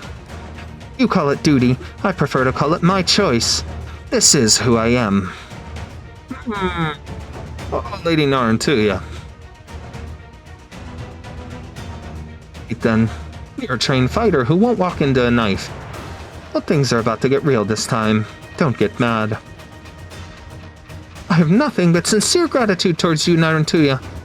I need not fear a duel with you.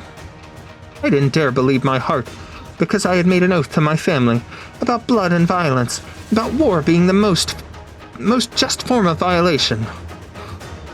But you've shown me how resolved the heart can be. Perhaps there is something to be said about the convictions of the Sargonians. My choices make me who I am. From this day... Hey, wait for me to finish! Her vision goes black. A black blade fan sweeps past her eyes. She blinks just once, but the only light source has already gone out. She knows that Narantuya has 2 black knives. They are equipped with special mechanisms that cannot be unsheathed directly. Yet in an instant, all she recalls is the Kuranta elders, known as the Knights Mora, renowned for their relentless marching day and night, devouring the sun at high noon. She charges at where her counterpart should be, relying on her memory. Comes up empty.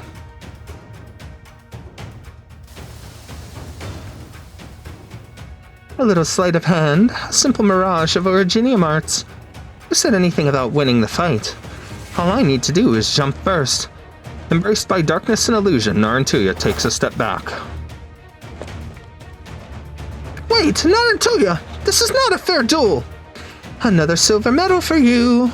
Oh, that's cold, Narantuya. You're serious, Zubayr? You're instructing me to attack you and moving like the wind at the same time! Give up, Pepe. I told you, it's futile. You can never touch me, no matter how hard you swing that hammer of yours. Humph! I'll show you!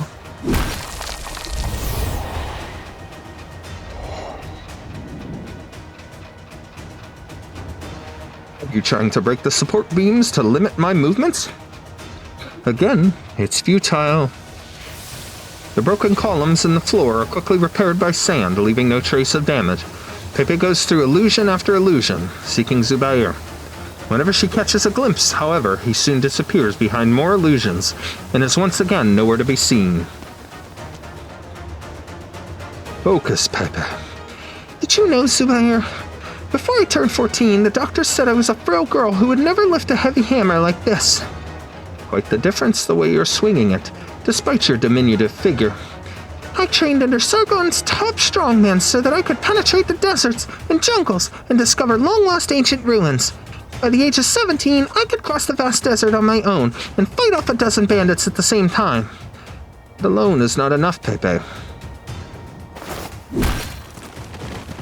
I'm not trying to prove myself to you. I'm just telling you. There has never been anything I couldn't do if I put my mind to it. No matter how hard, how out of reach, as long as I mean it. I can do it!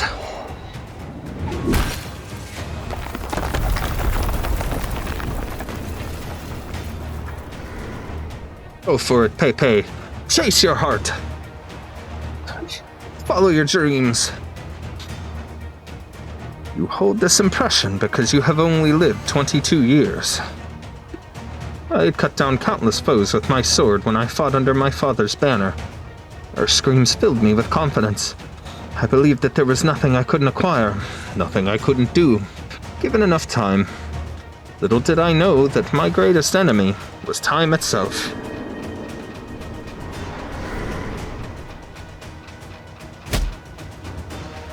A golden flash, and Pepe feels an intense pain from her ankle before she could turn around. The staff is much heavier than expected.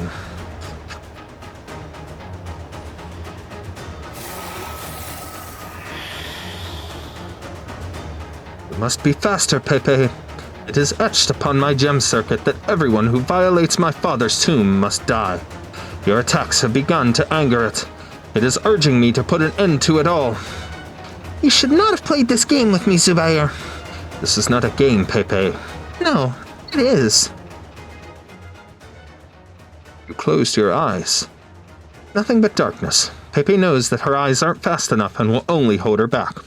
She could never catch her agile brother when playing hide-and-seek in the garden. He was like a slippery fin.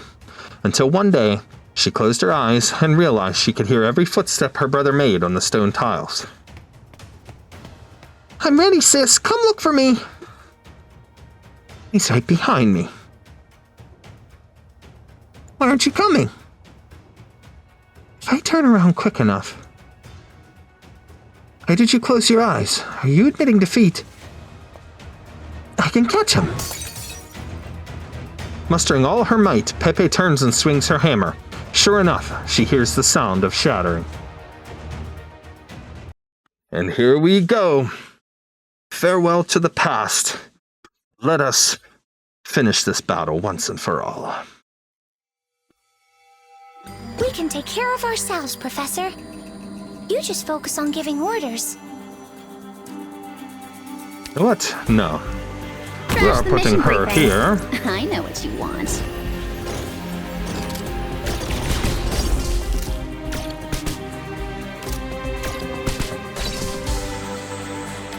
No, no, no.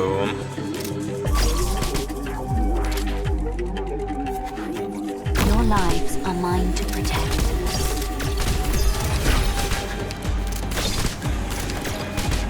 The Revenant's battling again. Son of a gun's got filthy Bad luck. You ran into me.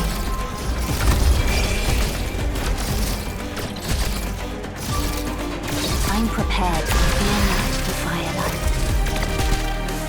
Okay, come on.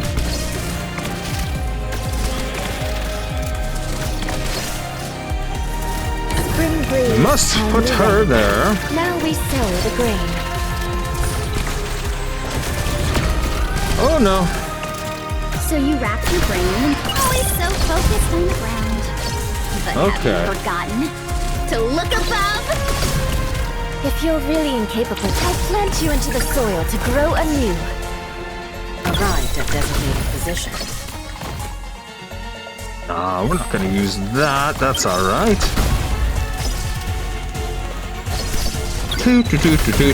Do.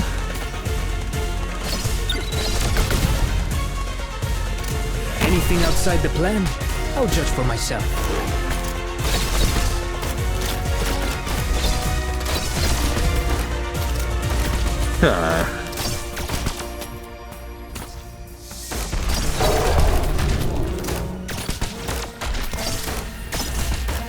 Alright.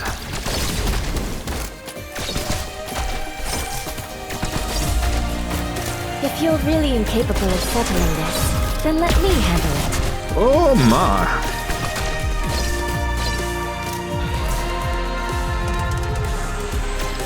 Toxins and traps are my tactics. Alright. Let's put Texas here to have a little bit of fun. Where do you wish to go? Optimize your go ahead.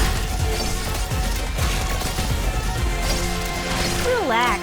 I'll always help you out. Enough dreaming. Only nightmares come with me. Whoa, whoa! We've done some damage to him. Fragile artifacts down there. Always so focused. Alright, go ahead there. I'll plant you into the soil to grow anew. Oh, Lady Narantuya has been defeated! We do not like this. I'm prepared to fight. Thus I speak. Your lives now ignite. Optimize your deployment. Right. Optimize your deployment. If you're really incapable of settling this, then let me handle. I wasn't supposed to act, but... Alright, are we ready here? Waiting for your call. Then, the curtain of destiny. Oh, go ahead there! Go ahead there, Logos! Have fun!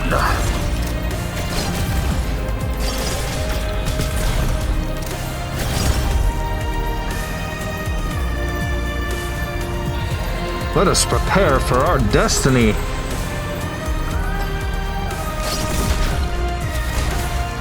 Bad luck. You ran into me. What's the situation? Okay. Oh, we are definitely making some progress here.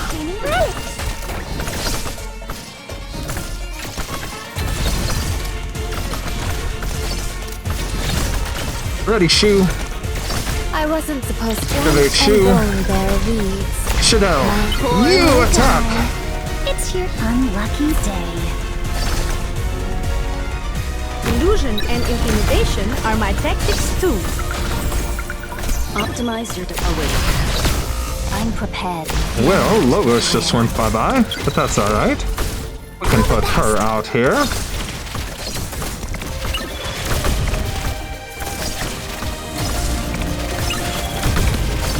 Take no pass! What? You think you're a better robber than me? Let's continue.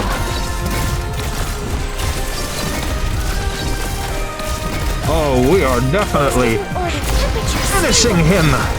Let's go! Vita, no, let's go! Zubayr is finished! We have done it in such commanding fashion! The Originium fist of your doctor has stopped you. Let's go. Got an idea. Sorry, Lady Narantuya, I'm gonna pull you in favor of putting Texas in. And we are finished! Zubayr is defeated. Lady Narantuya, that was for you, my dear. Anyways, Faye opens her eyes and sees Zubayr's sistrum inches away from her, breaking her neck in half. Meanwhile, her hammer is pressed against Zubayr's chest, leaving a long crack in the gem on his chest. Congratulations, Pepe. You did it. I could never beat my big sister when we played hide and seek. Some things never change, even after so many centuries. The gem on your chest.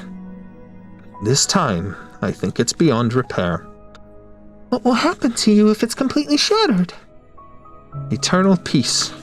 You'll die. Yes, I will. As your ancestor, may I ask a favor of you, Pepe? What favor? Can you take me into that gem? It's hollow? I thought it was just decorative. No. There's something there that belongs to me and me alone. Thanks to them, I could say that all the years I spent guarding this place were not entirely for the sake of others. Some of those days belong to me. I'll help you up. Careful, Pepe. This vessel is heavy, but I'll be free of it soon. Yes, stand beneath it. Pepe helps Zubayr into the middle of the hall, underneath the massive gem. Light and shadows dance as the massive gem draws all the illumination in the room towards its base, converging at its tip. Though it should be blinding, Pepe feels like she is being wrapped in warm, gentle currents.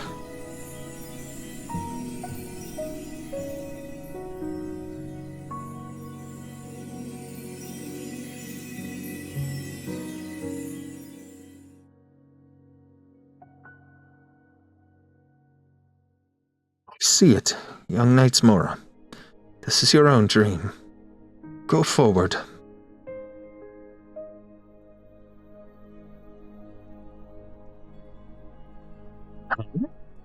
This feels familiar, as if the Buckbeast is stepping on my head again.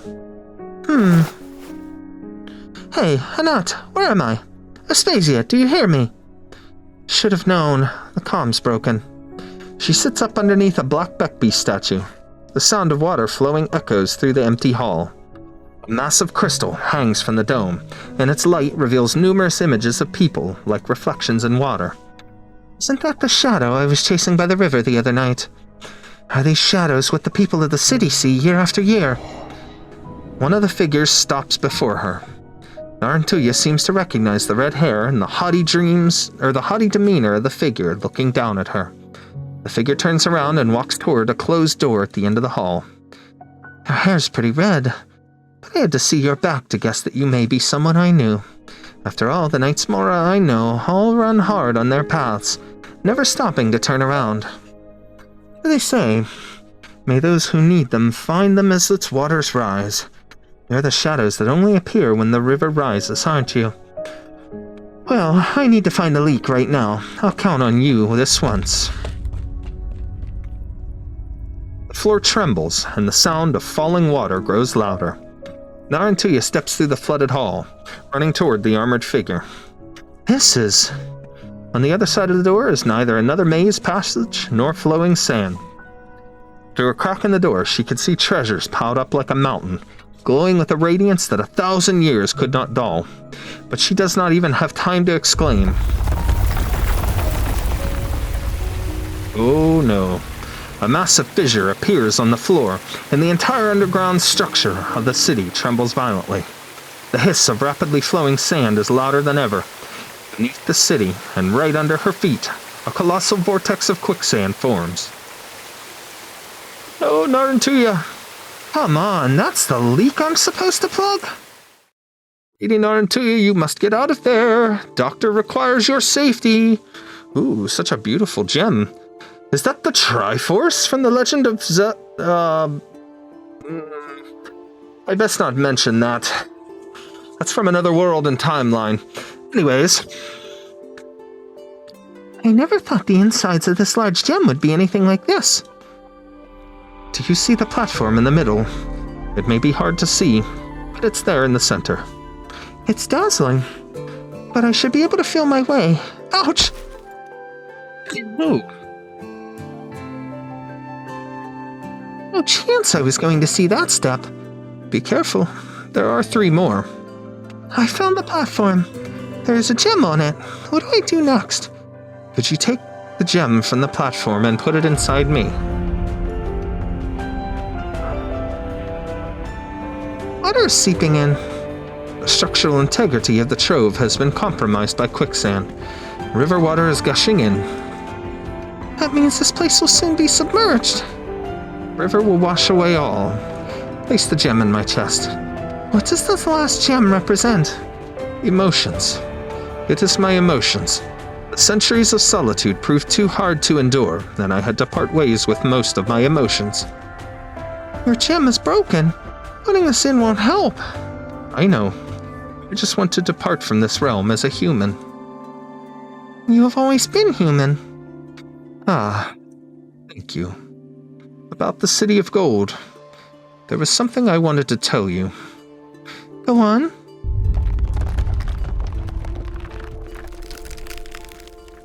Never mind. Huh? Zubayr. Let go, Pepe. You must let me go.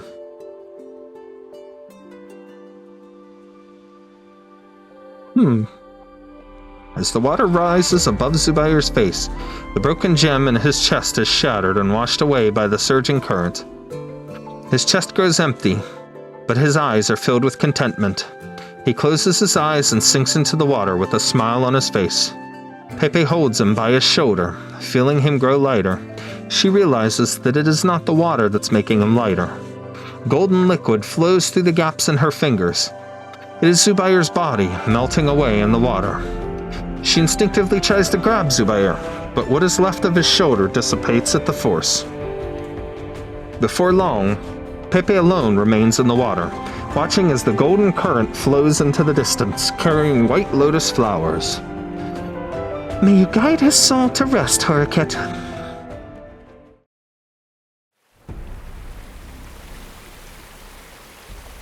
Water pours down. Narantuya remembers trying to catch an entire rain with the bottles in her pack when she was little. Later, she learned that the rain and drought are simply part of the cycle of life. Her tribe migrates with the weather atop their burden beasts. They cannot and need not carry so much water in their bags. Another tremor sends the structure beneath her feet, close to collapsing. Beyond the sturdy door of the trove, gold coins clatter against each other, their alluring clinks echoing the sound of her dreams. I wish I could tell those 2 kitties in the museum that a hole big enough to sink a city isn't going to be plugged by a few planks. Narantuya remembers how she dreamed about it. If she truly owned a mountain of gold, real gold, not the gilded iron ingots that the Lords of Mir smelt, the empty checks they write, the first thing she would do is dance on top of it. That way, all the treasure will be captivated by her and never leave her again. Well then, let's dance. Narantuya backs off a little bit and lifts a black beast statue. Then, she charges at the seemingly indestructible door. Open up!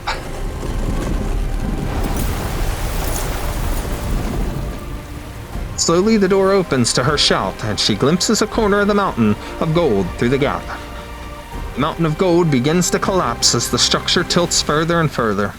Treasures beyond reckoning spill out, further widening the fissure as they crash into the floor.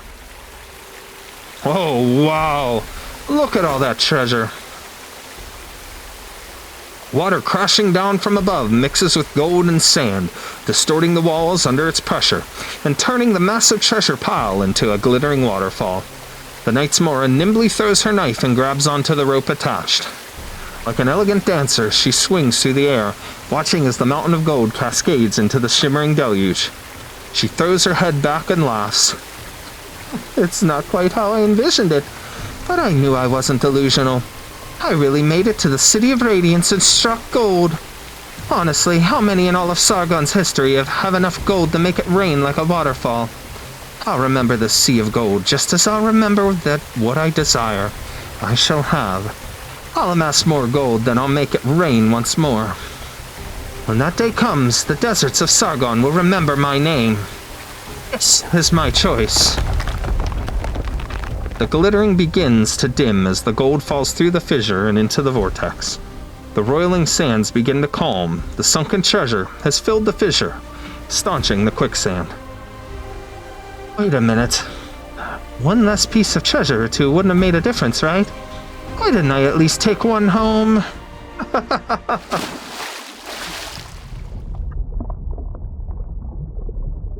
Hi, Zubayr. Huh. So the trove collapsed when its guardian died. Makes sense. So where am I? And how am I supposed to swim myself out when you've gone with the water? No. Water presses at her chest, rising above her eyes, still gently swirling, dragging her even deeper. She feels everything grow dark around her. Then, someone grabs her hand. Hank. Guess luck is on my side after all. One last piece of treasure to take home.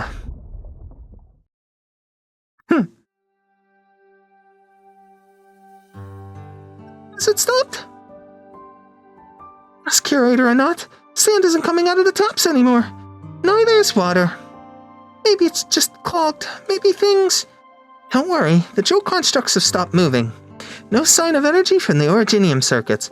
It may never wake up again. Now we're carrying that little pet of yours. I trust Pepe. Well, we've done what we could. The chaos in the city is indeed stopped, but we can't be sure if it's over for good. Yes, we are still anxious. We all owe your friend a great debt of gratitude. I promise that I will honor her deeds and Pepe's in my report, that their names will be known throughout the City of Radiance and immortalized in the history books for prosperity.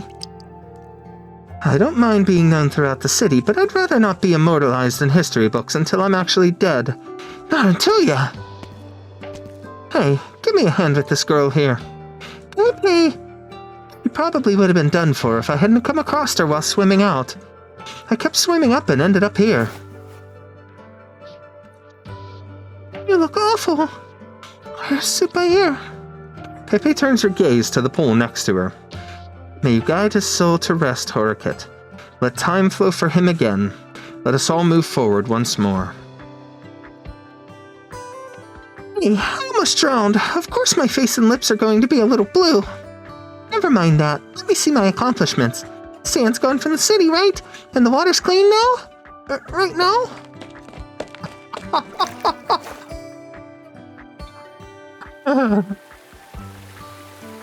Where'd you get your face so dirty when you've been inside the museum this whole time? Come, let's wash away that dirt. No! Not getting wet from the rain is the main reason why I don't do field work. Looks like I saved quite a few lives today. But I guess none of those kiddies are competent enough to be my subordinate.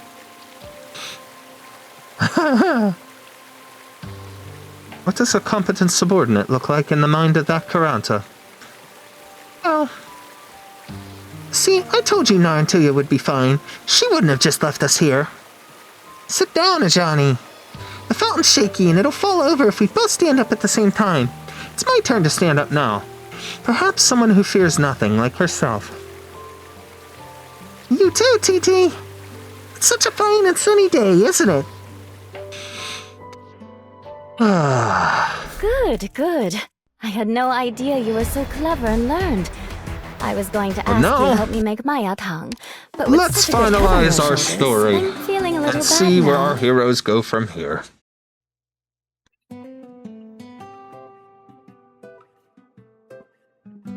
A shame that my garden was only half ruined. This was my opportunity to give it a makeover, but the remaining sculptures and plants got in the way. Repairs are almost complete, though. Would you like to visit? I appreciate the offer, but I'm afraid I must decline for the time being. My gem collection is in disarray, and I need to have each piece appraised individually to restore my centuries-old collection room. So about the damage to the museum, I'll cover it up.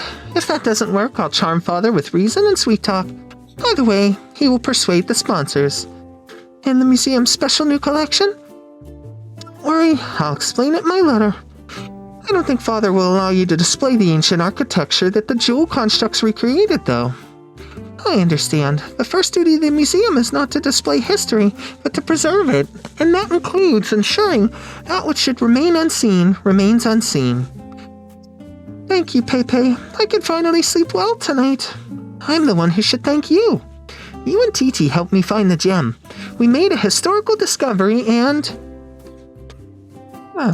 Narantuya? Huh? Oh, it's nothing. All that museum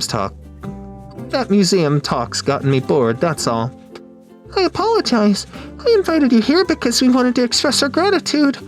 Regarding your request to include give Ajazi and Ajani special treatment written into the museum rules, we are currently fulfilling it in a more subtle manner.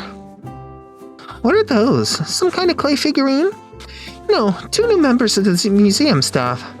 2 stooges who will still go to work even if it's hot enough to melt Rhodes.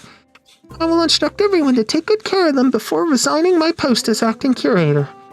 I still can't believe it, Anat. Are you really giving up your job? I suppose Father won't be happy with my decision.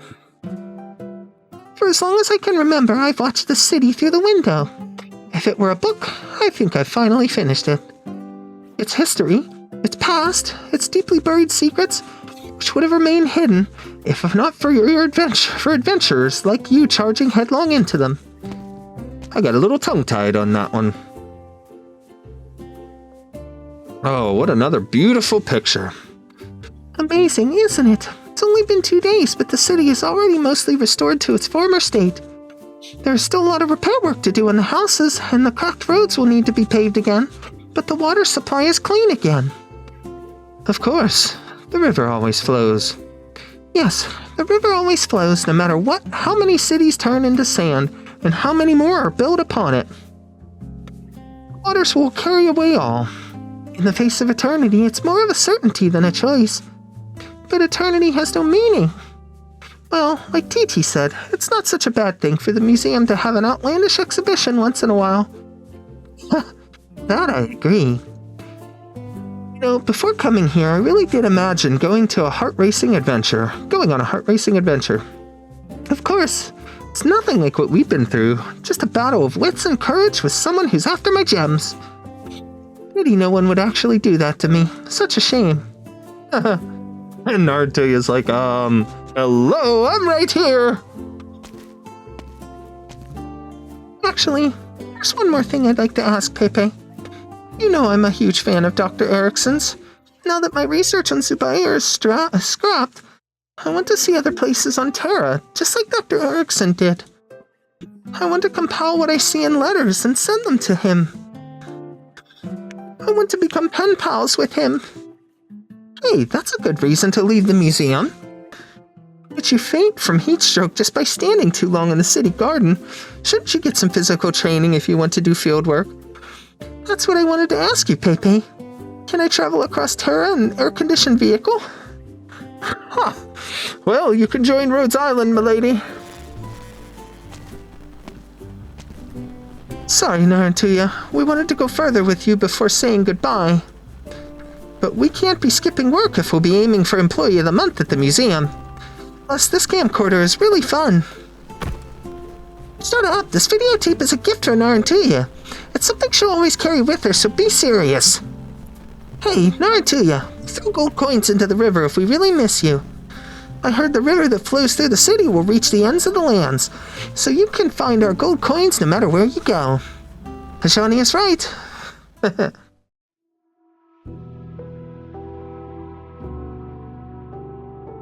I must point out that this river does not flow to Minos, let alone the ends of the lands.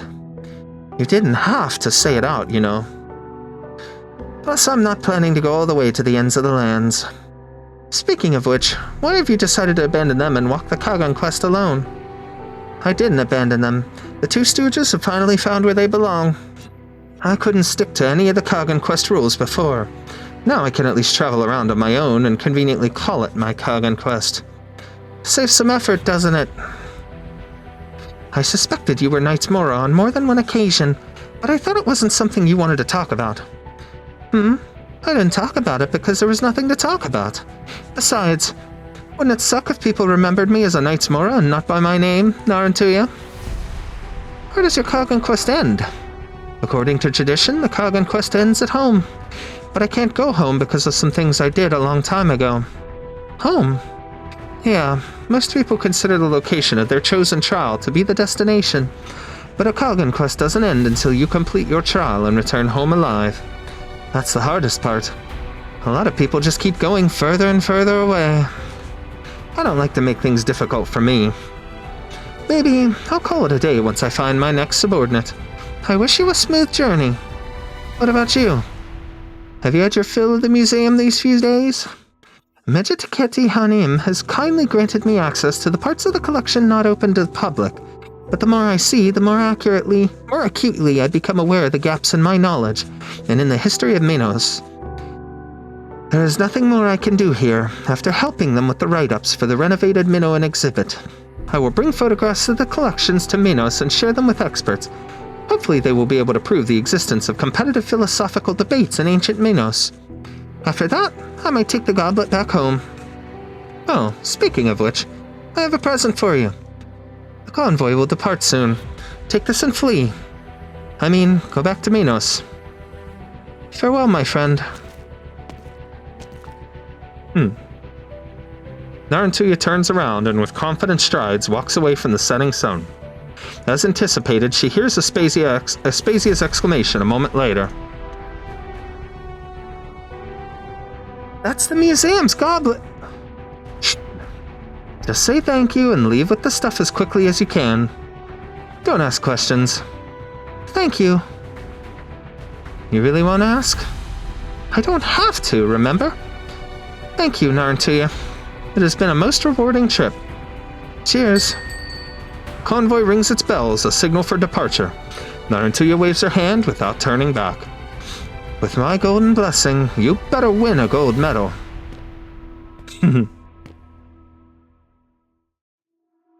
Speaking of rewards, a whole month of hard work and all I had to show for was that goblet. Yes, there was something else too. I don't remember. It's okay. It's my choice. I chose this. It's just a cup made of gold.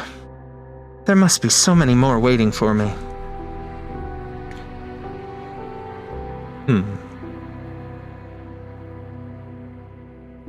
As far, she let me perform it for you just this once before you leave.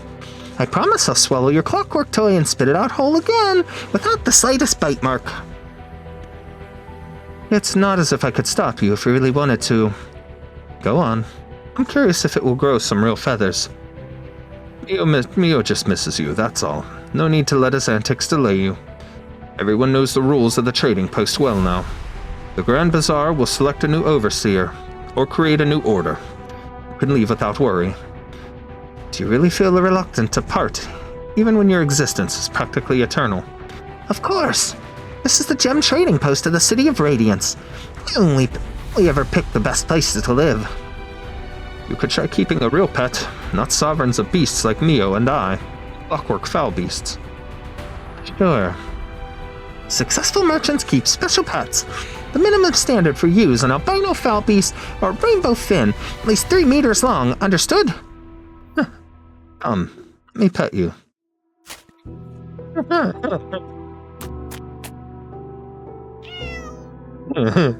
Seemingly reluctant, Mio jumps onto the table in front of the human, lowers his head, and tucks its tail.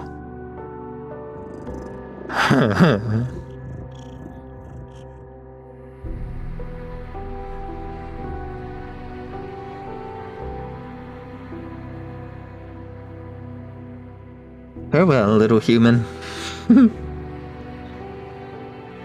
Farewell.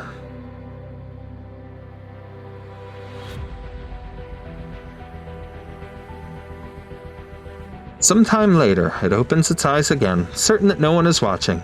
Its shadow grows to a size far exceeding that of regular cloud beasts. Are you still staying here, then?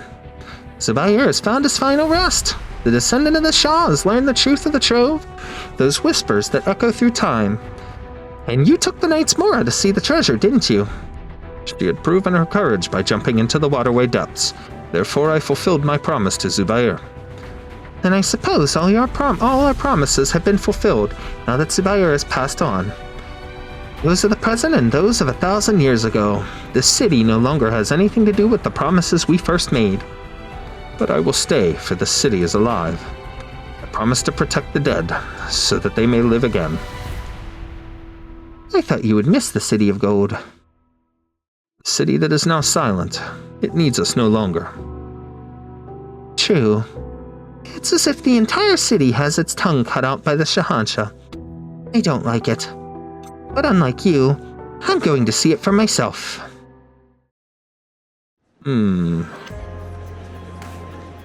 Alright, give me the list of sponsors to visit. Take inventory of these collections. I'll arrange repairs later. Hold on, don't send this to the natural exhibits. It's not amber. Didn't you see the fragment of a jewel construct inside? Just set this aside. Consider it part of my personal collection. Oh, you came to visit her. Hey, little cloud beast. Lasvar's, right? Let me touch your fur. See what comes out of your mouth this time. Yeah. Oh, just what I wanted. What? Yes, I'm talking. I've designated you as my keeper. Understood? From now on, I tell you where to go. Oh, he gravitated towards her. 6 months later.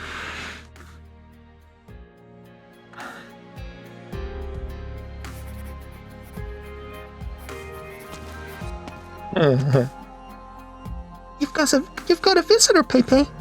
One moment. Just writing the concluding remarks.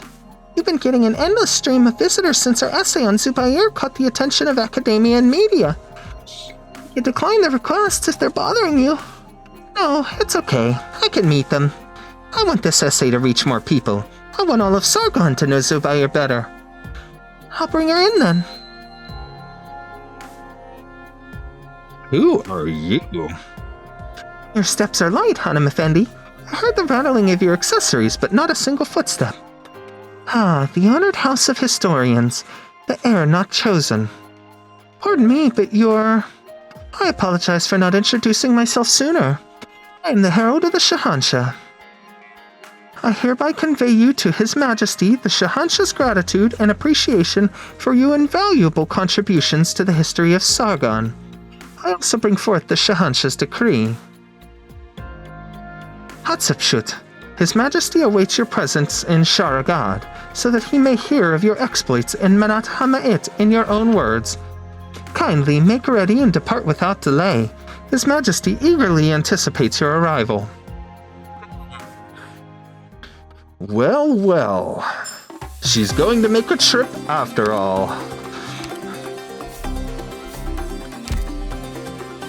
My friends, we have completed so much here. Let's collect our spoils.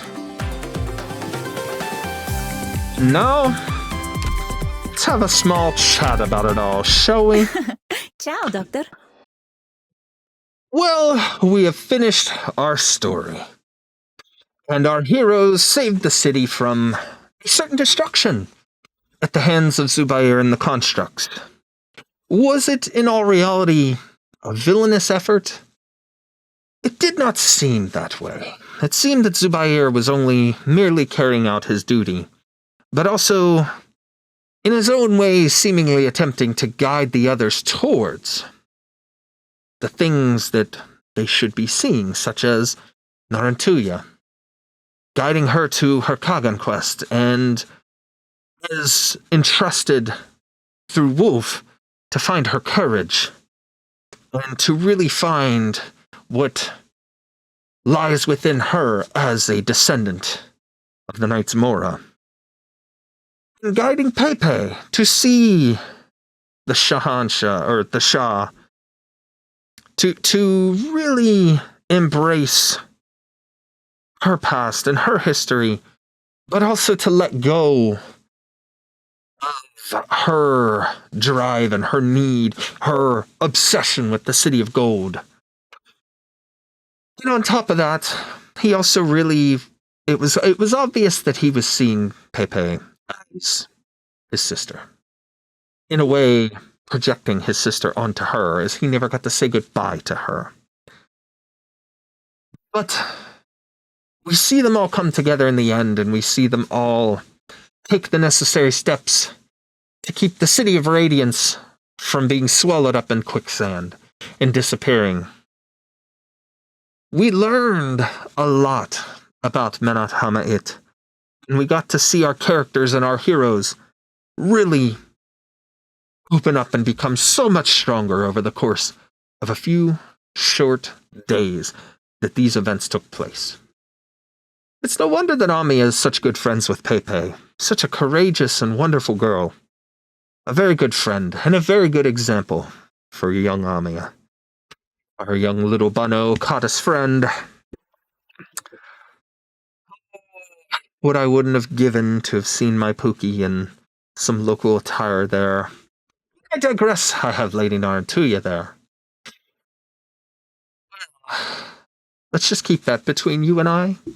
But anyways, we've welcomed them all, though, to Rhodes Island to continue their journeys. Just as Lady Anat, or Papyrus, had spoken of wanting to travel across Terra in an air-conditioned vehicle, well, she found her wish by joining Rhodes Island. Pepe gets to continue to explore and continue to hunt treasures and chronicle things that she wants to along her journey. Narantuya gets to continue. She gets a home and a way to travel to continue on her journey, but also gets to explore riches and things beyond what she ever imagined with us as well. Lasvar even continues on his little journey, leaving behind the City of Radiance and joining us as well. And now we get to see a change amongst Menat Hama'it. And with Zubayr gone, Zubayr finally resting and at peace, the city can also be at peace. Much enjoyed that story, and I hope you all did too. But now that we've completed that, that isn't the end. Is going to take command of the EX stages next, and that is something our friend Johnny G has not done yet. So we will take command and we will tackle the EX stages in the next video. We're also going to do another video yet, where we will attempt to go through all of the classes of the gemstone engraving as part of the little mini-game, so to speak. Part of our event and part of our story here. Now again, guys, that was an amazing little story, an amazing fun break from all the darkness and things that we've been experiencing as of late. And I'm very, very happy to have shared it with you all, and I'm happy that we brought Pepe and Narantuya home, as well as even interrupted the vacation of Chen, now known as Chen the Hulling Day. And we even got to bring on Ayafiala the Fitaska and give her a costume. I'm so happy and so thankful for all of them to be part of my team now. So, that just leaves us with one final thing to do. And that is to prepare. To prepare well for our future in our upcoming journeys with Rhodes Island. So with that being said, again, we must complete our EX stages, so I will try to command as best as I can to get us through those. And then we also must continue to grow our team, do the best we can to be as strong as we can in the face of dangers and whatever may come in the future. So with that, ladies, did you enjoy the story? Both of you? Yes? I did too. Can Doctor have a hug? Lupo hugs are the best. Well, we all will join you next time as we tackle and command the EX stages together. But as always, please make sure to leave a like and to subscribe to the channel, because those things will help me to continue to grow and to continue to bring more fun content like this to you guys. And with that, we shall see you next time. Bye-bye.